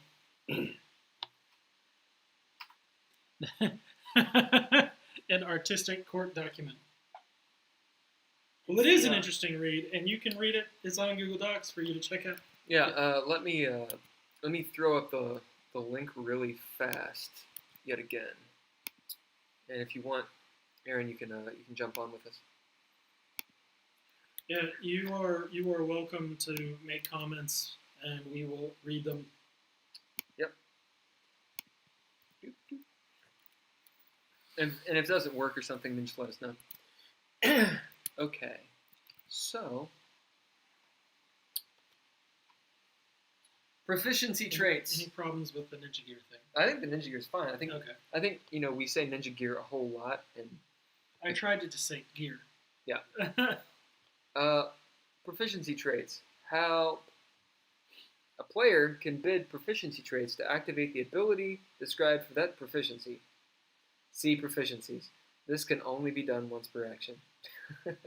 Yeah, this hasn't been written out. That was just a placeholder. Now, do we want to encourage multiple rerolls to exhaust players more quickly? And your response to this was, well, I'm on the fence about it. Will's on the fence about it. Certainly situations that warrants limiting it to only one reroll, although we can dictate those situations as needed, or make a hard and fast rule. So I had suggested each field of expertise can only be used once per action, but you can be modified by multiple forms of expertise. Something like that. So what's the question again? Can proficiency traits be used more than once per action? Because for years, Yeah. the years in which we've been playing Relapse, the 2 years that we've played it, um, we blow through proficiency traits. Well, these are expertise traits. We're talking about proficiencies. Oh, proficiencies. Okay. Yeah. The Sorry, deal totals. I rolled into that because it Okay. looked like because I had clicked this and it made it look like another response. Okay. Yeah, I confused myself. Yeah, I think you can blow through proficiencies. But I think we put a cap on it, which was 3, didn't we? No, the cap that we put on it is that if you, I'm thinking fate rolls. Yeah, the cap was with fate rolls. If you roll a 1 or a 100 on a fate roll, they can't be rerolled. Oh, okay. Yeah, and you use proficiencies to reroll this. Okay. I don't think I think letting people blow through proficiencies is fine. When you bid a trait, which is a proficiency, and that proficiency trait. Yeah. So there's things you can advance into. When you have your character, you can spend your points, your creation points, to getting these proficiency traits. And if you're throwing down, when you bid them, they allow you to re-roll your dice, like specific dice, whichever ones you want. So you could say, shit, I'm going to re-roll the one I rolled a 1 on, right? The different kinds of proficiencies are such. Mulligans and upper hand. Mulligan is you re-roll the die, you take whatever you roll. And upper hand is you re-roll the die and you take the better result. What we're talking about is, on an action, if I have like 8 proficiency traits and I roll, and I'm like, fuck, I want a better roll. I spend a proficiency, re-roll. I want another one. Can I just blow through my proficiency traits and all of my re-rolls? In my mind, I'm perfectly fine with that. Yes, it does lengthen the amount of time a turn takes, and rounds in Dreadlore tend to take a much longer time than in than in D&D or a game like that. Really? You don't think so? I disagree. I just think more happens in more happens in a Dreadlore round of combat, but but proficiency, the rerolls, they don't increase the turn time in any appreciable sense, because players will police themselves unless you have a cheater at the table, and that's true. It's like, oh well, I know what the threshold is. I need so many successes, right? Okay, great. Well, I want to re-roll this, or I don't know what the threshold is, but I know that what I'm doing is very hard, and I think that I need six successes. So I'm gunning real hard for this. Well, I didn't get it. I got 5, and I didn't get any successes on this die, so I'm going to spend a mulligan on that. Okay, well, that didn't work. I'm going to spend another mulligan. Okay, I got 1 success. I'm going to spend an upper hand proficiency on it to try to get better than 1 success. And all of that happens with the player themselves, while other people are talking about what they're going to do, or thinking about what they're doing, or conversing in character. And over the course of however long it takes to make 3 rolls, which is like 20 seconds, 30 seconds, these are quick decisions. They're done. And it's like, I got the successes or I didn't. Or the decision has that gravitas of, I'm low on it. Do I want to spend it? But there's gravity there. Yeah. And that's pretty cool. And then everyone sitting at the table going, oh, right. You're getting the Regis Philbin. Is that your final answer? And you there's only drama. Needed 1 success. There's drama. Yeah, indeed. Fuckers. So I just started retyping it. Okay. Because this didn't tell you that it was rerolls. Yeah. So, yeah. Spend them as much as you want, because in the next round of combat you don't have any, and you roll 1s. Yeah.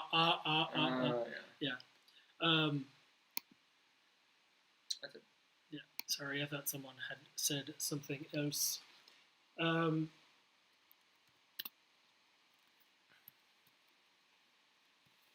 Yeah, it is different than like in Masquerade when you're spending celerity and you get like, you know, 15 fucking extra turns, or when you cast the spell celerity or greatest celerity in 3-5 and you just have like extra turns.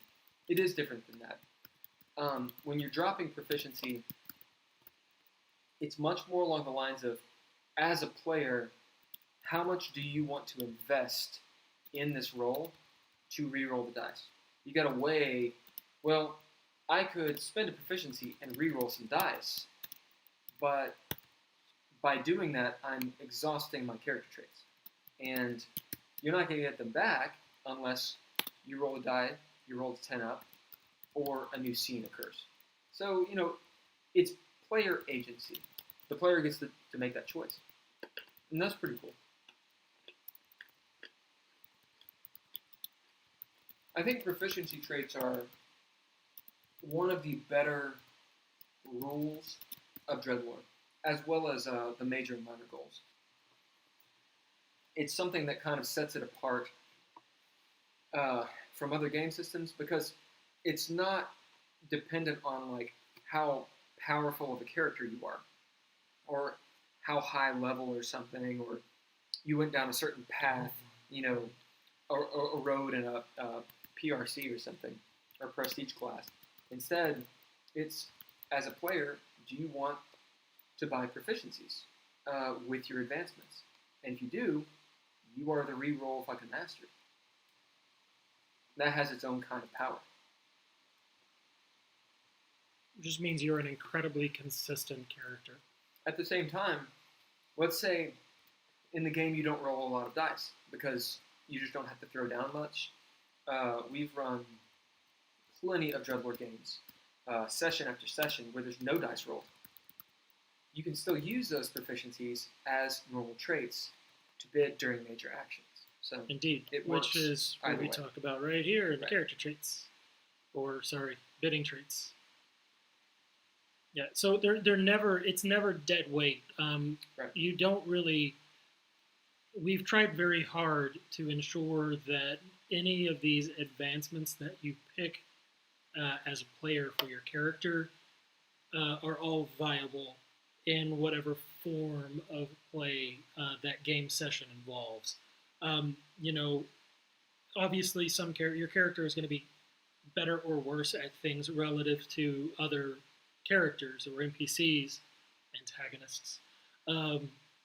But these investments are usable whether you're rolling dice or not. Expertise traits.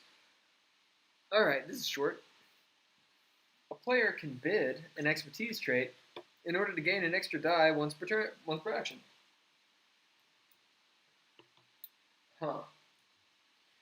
Alright, so this is assuming you're throwing down, which would mean that you need dice. You bid the expertise trait. If you do that, you gain an extra die to also roll. That die can be increased, as in the die type starts at a die 4. Still? Yeah. And you can increase it up to a die 12 by advancing. So this needed to help.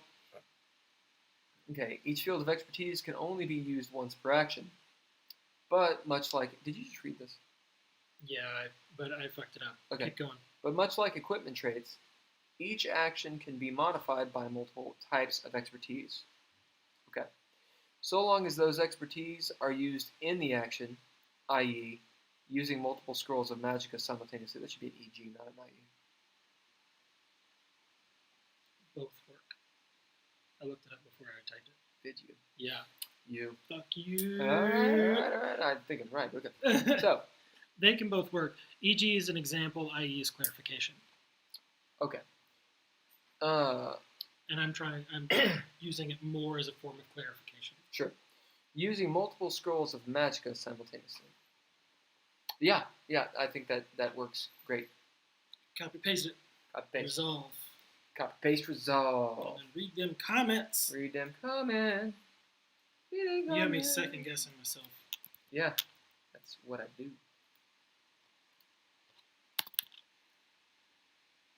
Boom. I think you just like EG more. A player can bid an expertise trait. Brackets. Why do we have so many brackets in this game?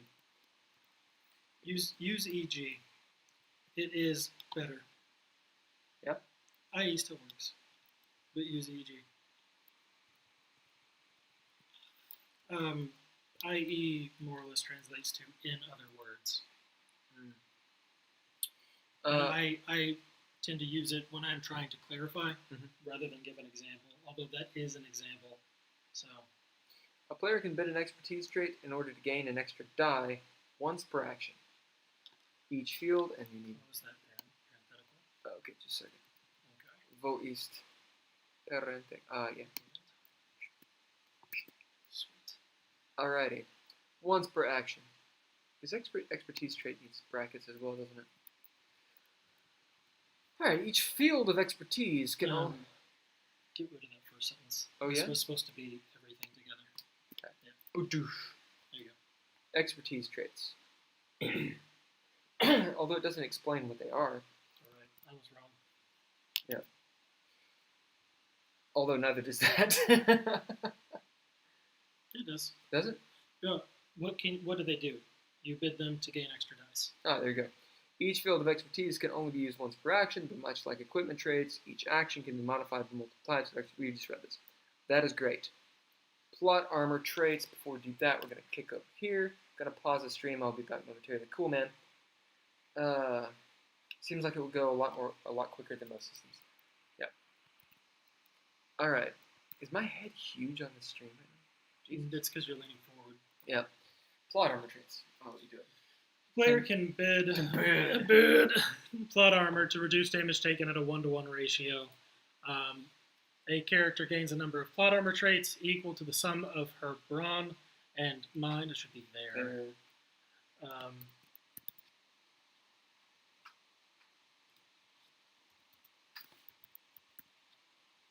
Brawn and mind aspect values, and these are not traits. Yeah. So bracket. Yeah. Because these are not mechanics. I don't remember. We'll figure it out later. Second pass. Yeah, the format pass. Format pass. My ear.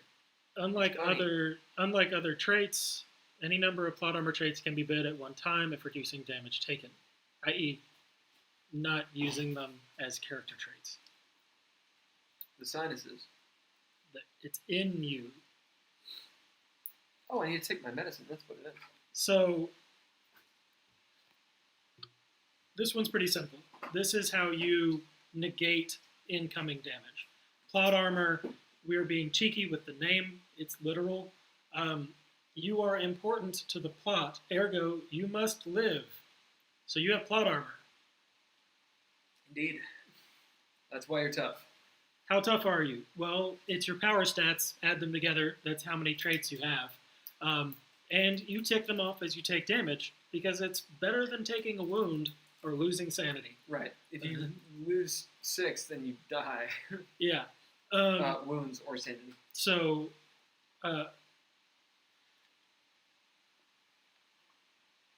this is the way that you negate damage, short of using some sort of expertise.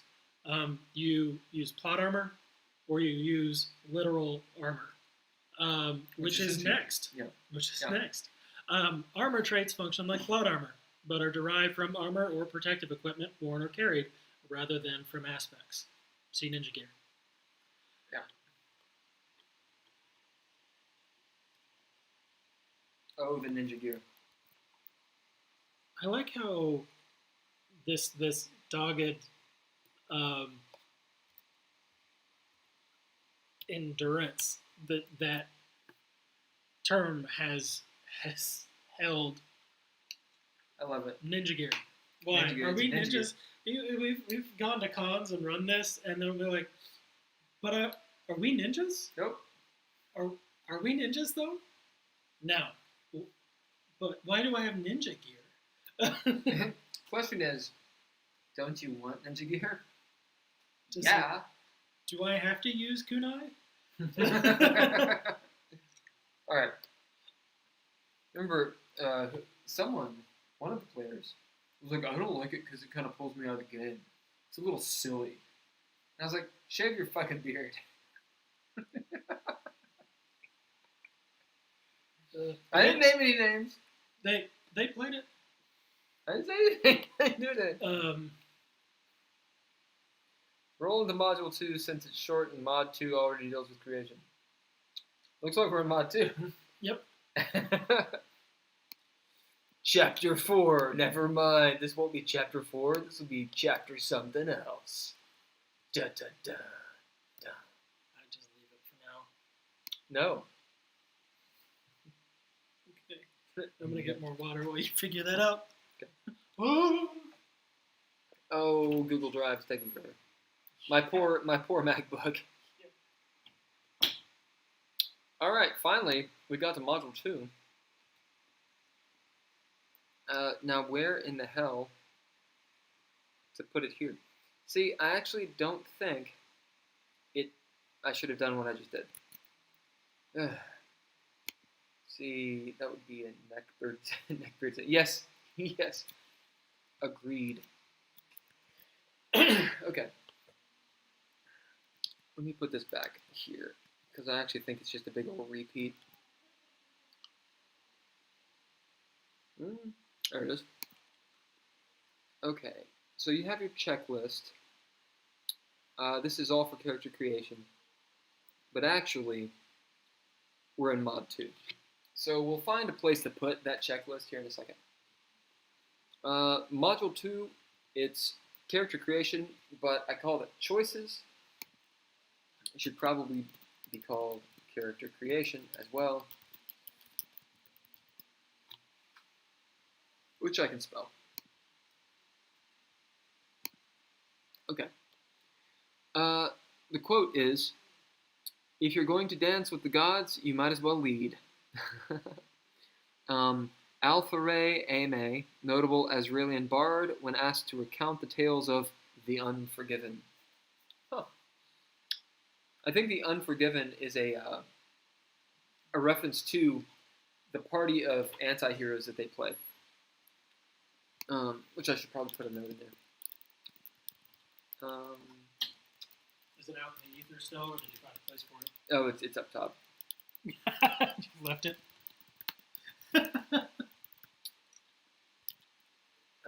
Yep. So, if you're going to dance with the gods, you might as well lead. Alpha Ame, notable Azraelian bard, when asked to recount the tales of the Unforgiven, a legendary party of anti-heroes. Yeah. So the thing is, all of this stuff, I believe, is kind of just recounting what is up top. So I just kind of kept it there. I put an E in there and it didn't correct me. Alright. So, I fucked up. Chapter 1, starting a character. You will have to make several choices when making a character. You should be building your the character you want to play, rather than the one which you think will win or be powerful. There are plenty of ways for the arbiter to make encounters difficult, even for power gamers, regardless of the numbers and crunch that games the rules. Yep. Character creation. Just leaving it. Looks fine to me. Looks fine. I don't know what that blue underline is. These are the... Come on. I'm leaving it. Character creation. These are the initial steps for creating your character. Several items that have yet to be described will be referenced. Do not dismay. If you move through these steps chronologically, maybe not the right word there, they will lead you safely to a far green country under a swift sunrise. Yes, there's a fucking footnote, okay, of Return of the King. So this actually does work. Games is a verb here. talking about gaming the Yeah, system. gaming the systems. Yeah. And I think if you put game the system, Maybe all right. There you go. Put it in quotes. I was just giving you shit. Yeah, I think. It took me about 10 seconds to realize what it actually was saying. Yeah. You're going to be okay. Yes, I will be okay, Megan. All right. Choose your plug. Choose or roll your fate. Fill out as many of your core traits as you can. Do not fret, you may choose these during gameplay as well. Fill out your tier given by your arbiter. Choose your backgrounds. The number is given to you by your arbiter. Gain 2 gifts from your first background and 1 thereafter. Technically, the number of your backgrounds comes from your tier, right? Although the arbiter can override that. No, it doesn't come from your tier. It doesn't? Nope. Ah, shit. Okay. Place your aspect ranks. Damn it. Aspects begin at rank 1, weak. No die type. Should this be like so? Or it is a character trait though, right? Because you can literally bid. I'm weak in wits. That was my idea.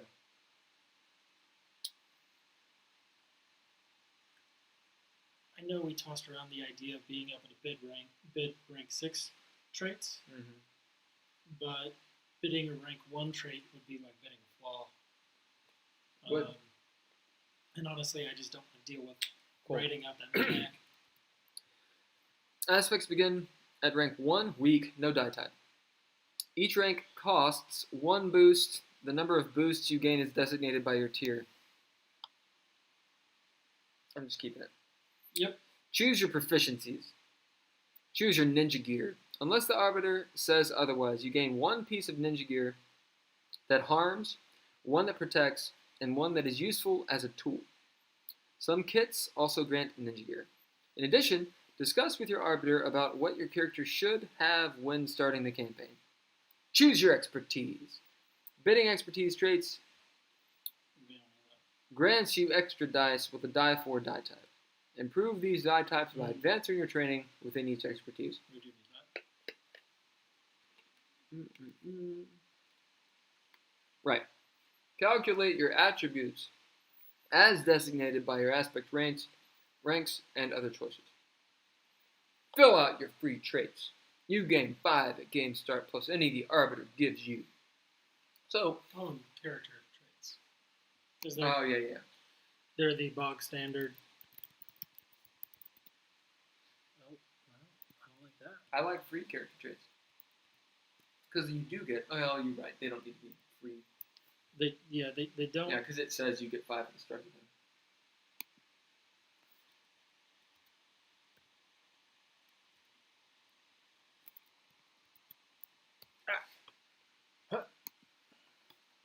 Or keep it. Okay. So, this part here, this is for a quick reference. The whole idea is, let's say you know a little bit about Dreadlord, and hey, make a character, go to the Module 2 at the very beginning. It literally tells you from 1 to 11, what do you got to do?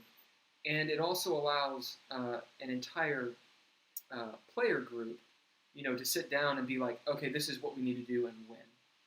And that's why it's written there. And we didn't really go into much explanation.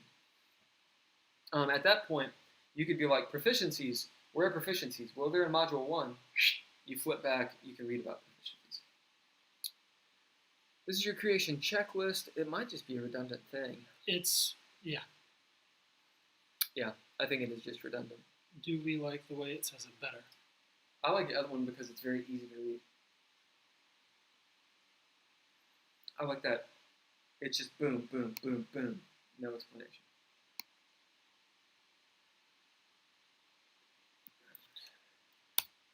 And it goes to hell.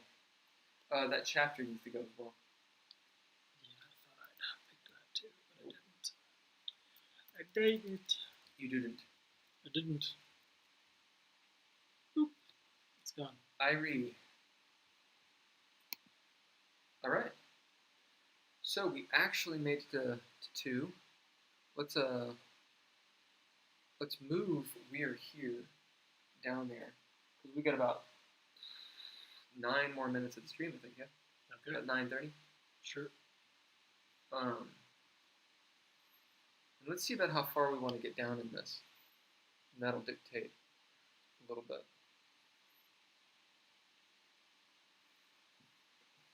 One of the things about editing on a document like this, it's so easy to get into the hell of formatting issues. And as everyone has dealt with Word, Microsoft Word or something, a word processor, like, it's just, they all work very similarly, but there's slight differences and slight default differences, and you end up spending, eventually, the maximum amount of your time, or the most of your time, formatting, only to, like, copy-paste it into something other document, and it's just... It moves everything around. You got to do it all over again. Yeah. I added this. Some background scrap kits for other goodies. Discuss these with the arbiter. Yeah. Cool. Okay. What happened to... It's a page. Oh. Yeah, fuck it. Just keep it there. Keep it there for now, because it's a footnote at the bottom of the page. Oh, I see what happened. So we've gone through all that. We're at Tears of Play. I think we can make it through to, keep on going. Yeah, I think we can make it to core character traits. Yeah. Like, this should be pretty easy. Okay.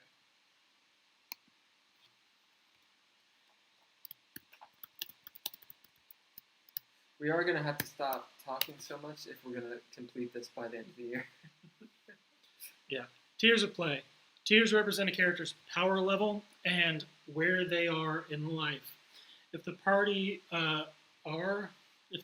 is a batch of youthful upstarts, they will most likely begin at Tier 1, coming of age. Whereas if they are the heroes of the land, they might begin at Tier 3, heroic. Here are the tiers. Tier 1, coming of age. Coming of age. Tier 2, seasoned. Season. Tier 3, heroic. Tier 4, Legendary. So they give you a certain number of boosts to your aspect ranks and free ranks to allocate to proficiencies and expertise. Expertise. Yeah. And we need to actually make sure that it says or here, because people misread this all the time. Despite a slash meaning or. Indeed. But, I mean, it's a good question. So, Tier 1, you get 8 boosts to your aspects, and 2 ranks for proficiencies or expertise. At Tier 2, you get 10 boosts to your aspects and 4 ranks, and so on and so forth.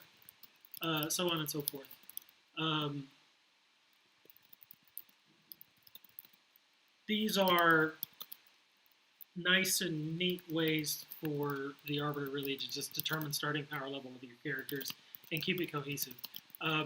It does have the side effect of making it so that if you want to play a fairly broadly minded character, someone who's got a wide dearth of expertise and knowledge, but then it's going to be hard to do that at Tier 1.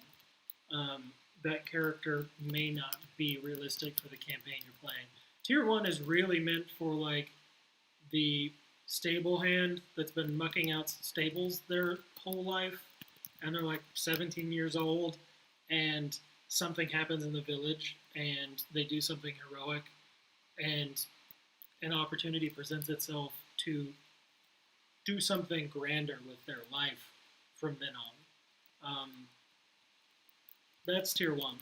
Tier 1 is not, I'm Sherlock Holmes, but bad.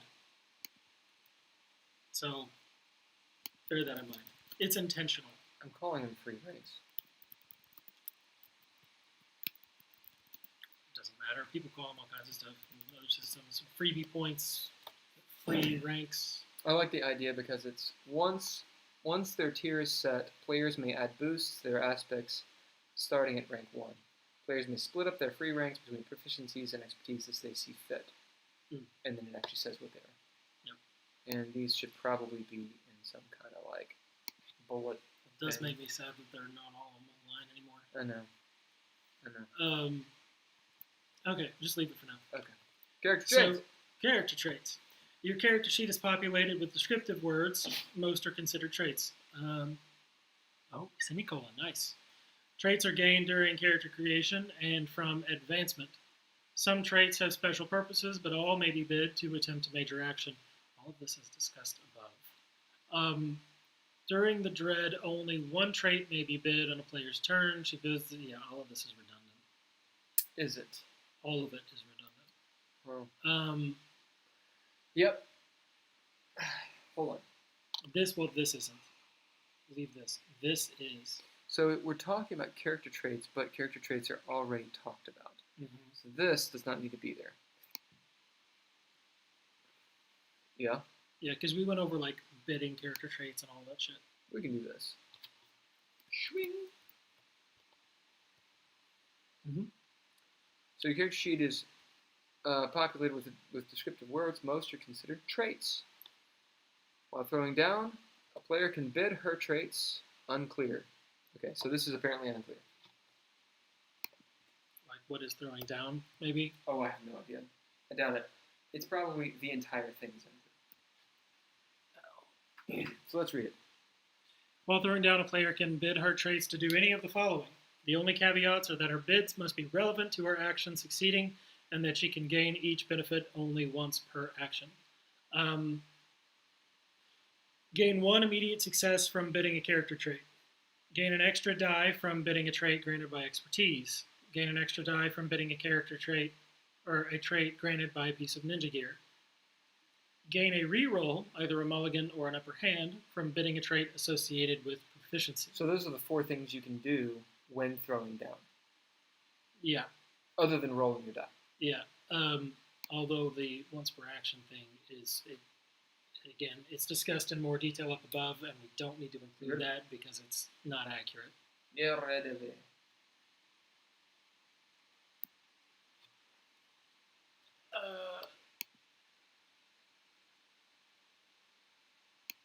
Make it go away.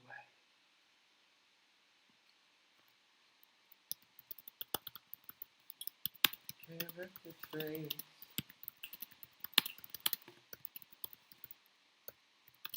Could have a drinking game as to how many times we say character traits.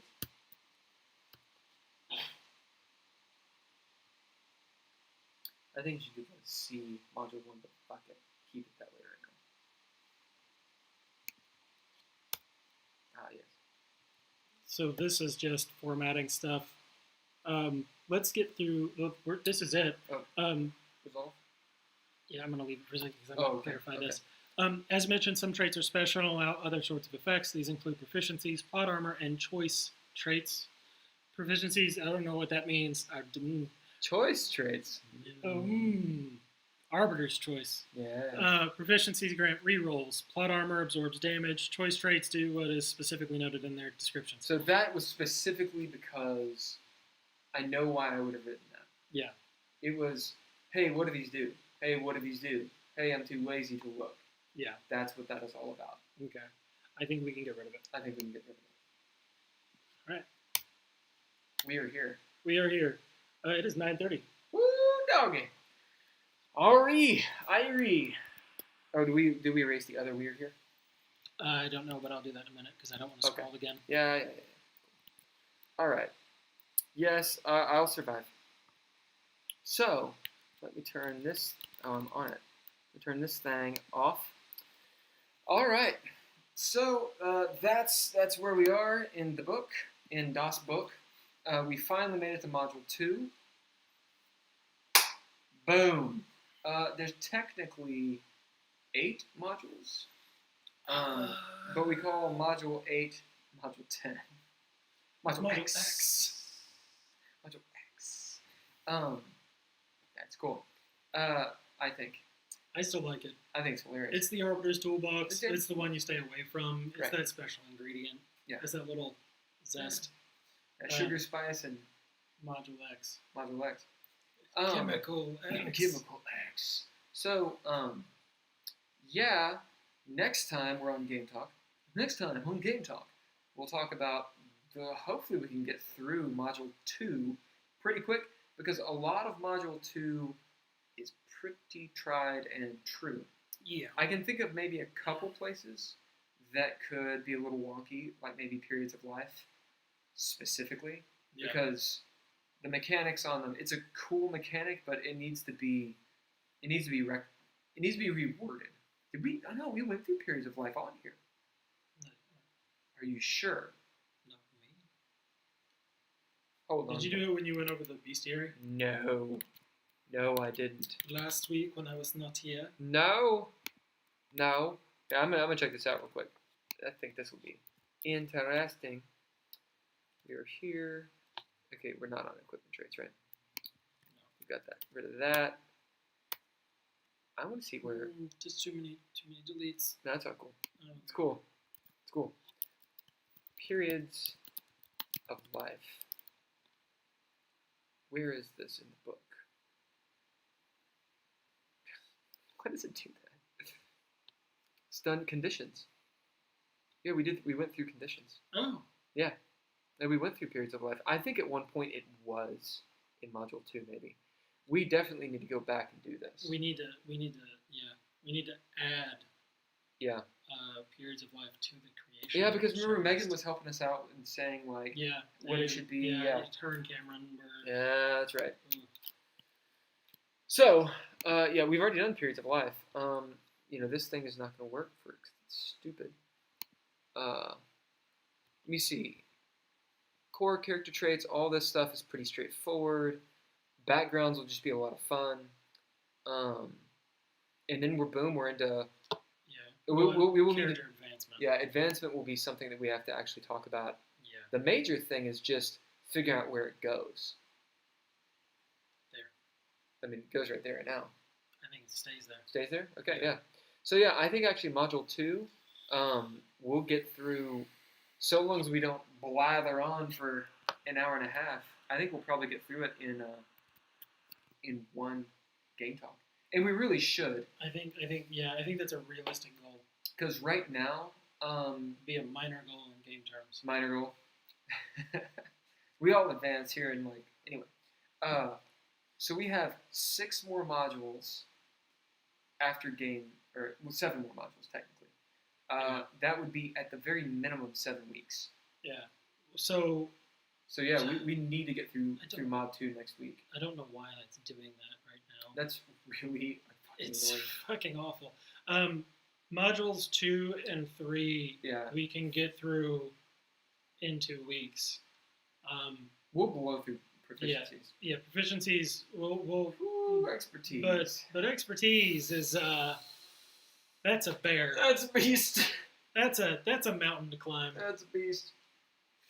I'm gonna have to go through. We could split mundane expertise, magicka, and theurgy into 3 modules. We really could. And I think we maybe should. And then we could have module 10. See what I'm doing? Yeah. Wait, what is? Or the module 11? We can't do that. Wait, That's no, not good. Can't do that. No, we can't do that. Expertise. We already have that. Then we'd have 1, 2. Bam! It would be 10.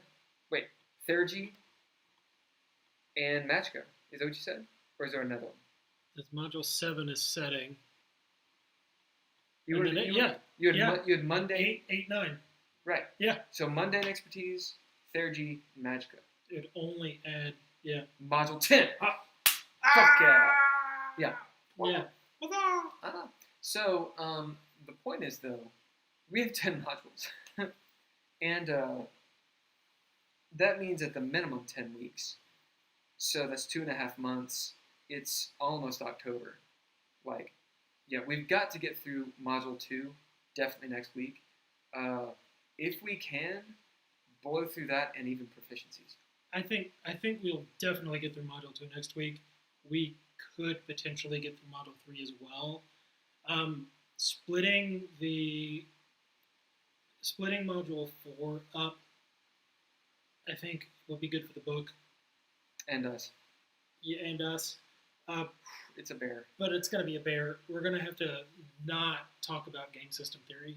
Yeah. Yeah, we're going to have to get off that kick. Okay. Get off our high horses. So, Module 2 is what's going to happen next week, assuming everything goes down. And, yeah, we will... Talk to you then. Yeah, talk to you again. Megan, thank you again for coming. The rest of the guys are gone, but Erin, Vlad, were there other people in? There's someone else watching. Yeah. So I think it's Megan, and it's either Erin or Baad. I don't think anybody else showed up tonight. Well, at any rate, thank you guys for coming. We appreciate the support and everything, and the input you give us. And if you want to be able to comment on the book, like actually go through it and comment, let us know, and we'll send you a link that actually is not just viewable or viewer permissions, but actually will allow you to comment and stuff. All right. That is it. We're out. Peace.